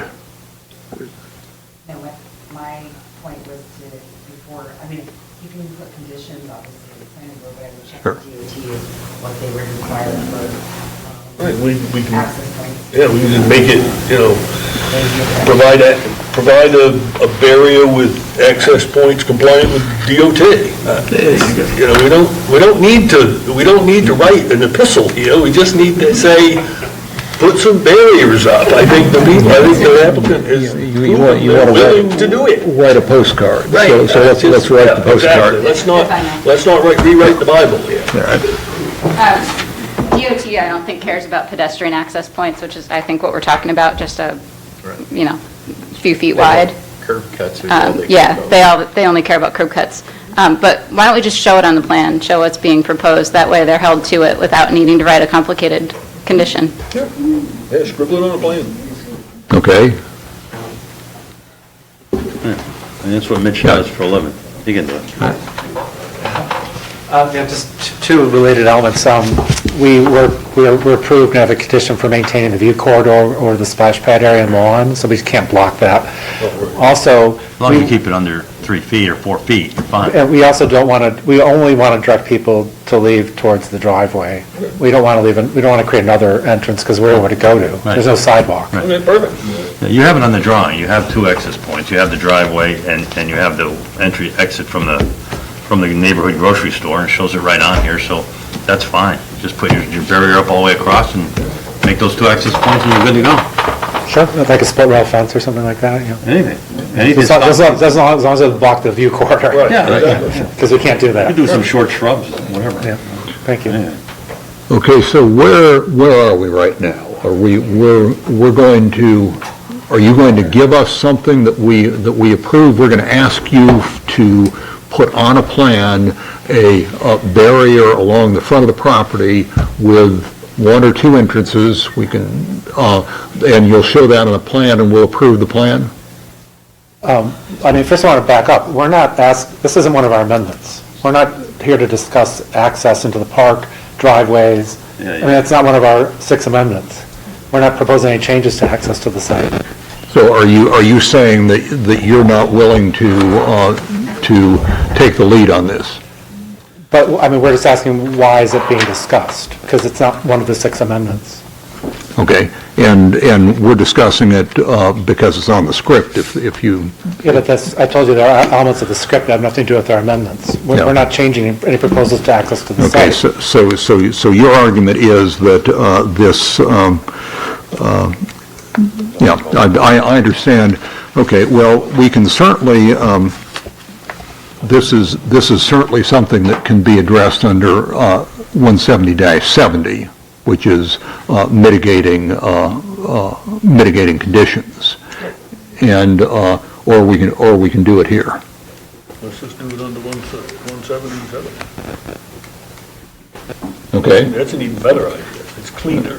All right. Fair enough. Yeah, that might be cleaner because we're not proposing. We don't want to amend. We love our driveway and it works great. It's safe. There we go. Doesn't affect the driveway. Yeah, it doesn't affect the driveway. That's fine. Okay, so So I will withdraw my amendment. How's that? Okay, thank you. Dave's original amendment. Right, and let me read Dave's original amendment. Move that the present amended application requests no changes to the application approved on October 14th, 2020 that require compliance with requirements 170-69B2. Okay? Okay, and we've got a second? So, yeah. Okay. Jim, like you want to share that with us, or? No, we were just talking about as alternates, that's all. Yeah, I wasn't supposed to be talking. Okay, no, that's, I have a okay. problem. So, let's vote on the amendment then. All in favor? Okay.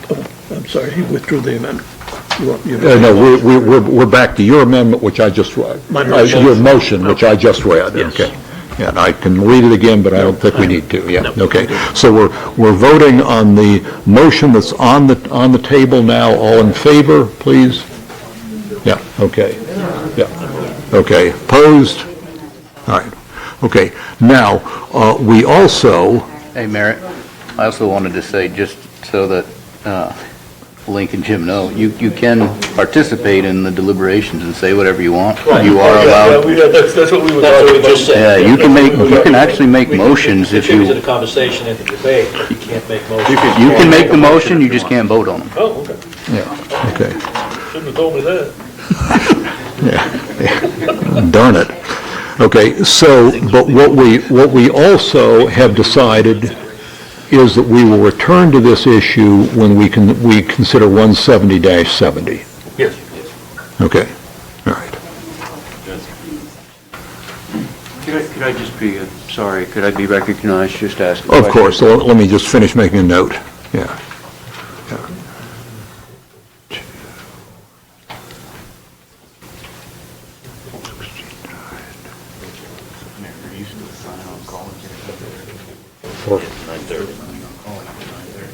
Yeah, pretty much, yeah. Okay, right.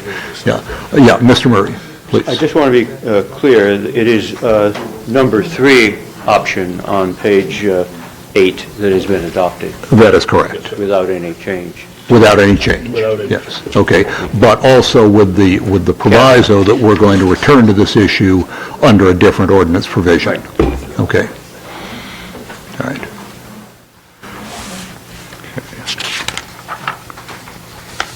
Okay. In our last meeting in July, we set a 9:30 deadline for that meeting. I'm suggesting we do that tonight, but I'm conscious of the fact that we want to move forward as expeditiously as possible with this entire proceeding. So, and let me look at my notes to see where we came out here.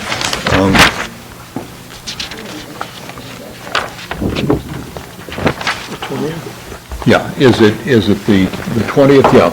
So we are looking right now at reconvening as quickly as possible, which would be not next Wednesday, but next Thursday, the 20th. And so everybody at the front tables can work with that date. So the question would be for Mr. Murray and Ms. Collins and your clients. Can't do that. I have meetings 4 times a week, every week. I need a couple weeks' notice at least. Okay.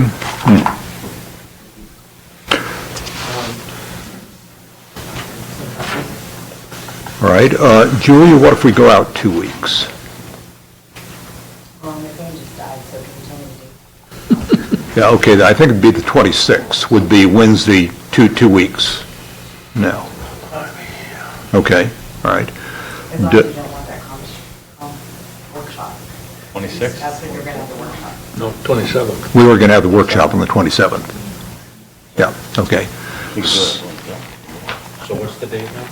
Well, I don't know that we've got a date now. Ms. Collins, does the 26th work for you? Okay. And Mr. Murray, I'll have the same question for you. Let me just have a second. Sure.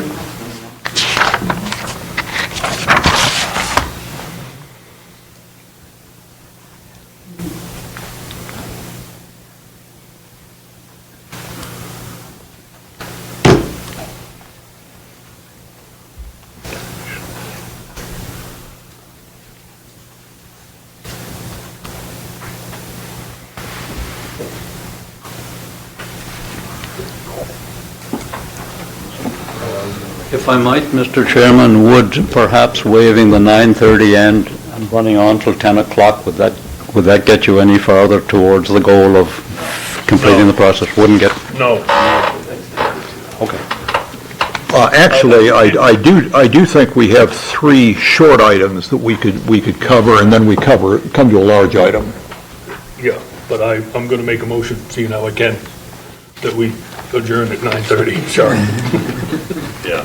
Okay, and you don't want to make up any more ground here? We've got 13 minutes. I think these are really, really short. The determination of a dumpster and all that, but 9:30. That's my motion. That's your motion, and Second. let's find out first whether these dates work. 27th works. Okay. 27th? 26th. 26th. It says the 26th. Okay. And Ms. Collins? Still looking? I know I have something else, just not clear on my calendar. I just will say, I've booked out every, whatever this is, second Wednesday of the month for months to come, but we didn't ever talk about special meetings, so this is a bit of news. Yeah. Well, I think the point is that we've got a complicated proceeding that is, and we want to keep moving forward as quickly as possible in fairness to the applicants. We can meet next week. Okay, but Yeah, we're fine with next week. If it's our application, we're good. But the planning board meets on a schedule, so anything that deviates from that schedule has to be by agreement. Sure. Agreement with who? Excuse me. If you want to be recognized, come to the podium. Yeah. Yeah, thank you. Yeah, my client has an active application in front of the planning board. You know, the abutters, you know, it's our application, so they need to show up when we're ready. We're ready next Thursday. It's not our We issue. should have a schedule once a month, and then we're going to go out of our way to come earlier for that, for you Yeah, and guys. we're ready to do it. We'll be here next Thursday. Thank you. I don't think we're going to be ready for next Thursday. I can't make it next Thursday. You can't. Not next Thursday, no. Well, no, we're talking. Right, we're talking 2 weeks. So We're talking 2 weeks. Yeah. We can try to do the 26th. Okay, so let's agree on the 26th then. Yeah. Okay. Perfect. All right. Okay. CELF, is there any chance we can get that determination by the 26th? I don't have an answer for that. Yeah, I'm not sure. Yeah. Okay, so let's move on, please. A couple of these are perfunctory. 170-69E, we're on now page 9 of the script. Buildings, the building housing proposed grocery store was approved by the planning board in 2020, and the present application proposes no changes so far. So I think we're fine there unless anybody disagrees. All right. Storage of materials, a little bit trickier. Text the... You left off the marine operations building. Okay. Do you Want to add want... that in there? The present application proposes no changes to Hodgson House or to the Marine Operations Building. Yeah. Okay. 170-69F, storage of materials. The ordinance reads, all dumpsters or similar large collection receptacles for trash or other waste must be located on level surfaces which are paved or graveled. Where the dumpster receptacle is located in a yard which abuts a residential or institutional use or public street, it must be screened by fencing or landscaping. The position of the abutters is that the plan shows one dumpster at the working waterfront marina, but does not demonstrate that such dumpster meets the standards of this section related to screening, or that one dumpster will handle all solid waste on the site. So there are two separate issues here. One, is it properly screened? Two, is one enough? So let me hear from let us hear, please, from the park on this, since we've heard from the abutters. Yeah, thanks. Our dumpster location was approved in 2020, approved with no issues. We're making it's not part of our 6 amendments. We're happy with the dumpster location, and so was the planning board and all the other agencies. Thanks. And, excuse me, Mr. Razor, I just want to make sure I understand, and the neighborhood grocery store was part of that? Yep. Okay. Yeah. I just want to make sure. It was at that time located, everyone thought in the best location to be screened from all their uses and on a flat area. Okay.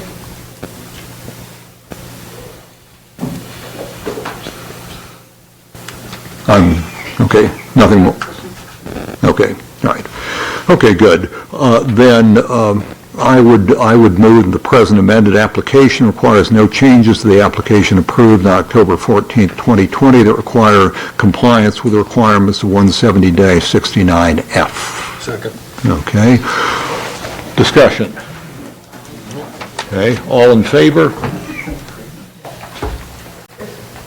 Okay. All opposed? Let me do that again. Okay, all in favor? Okay, right, I didn't see Ron or Lisa. Okay. Opposed, no opposed? Okay, 5-0.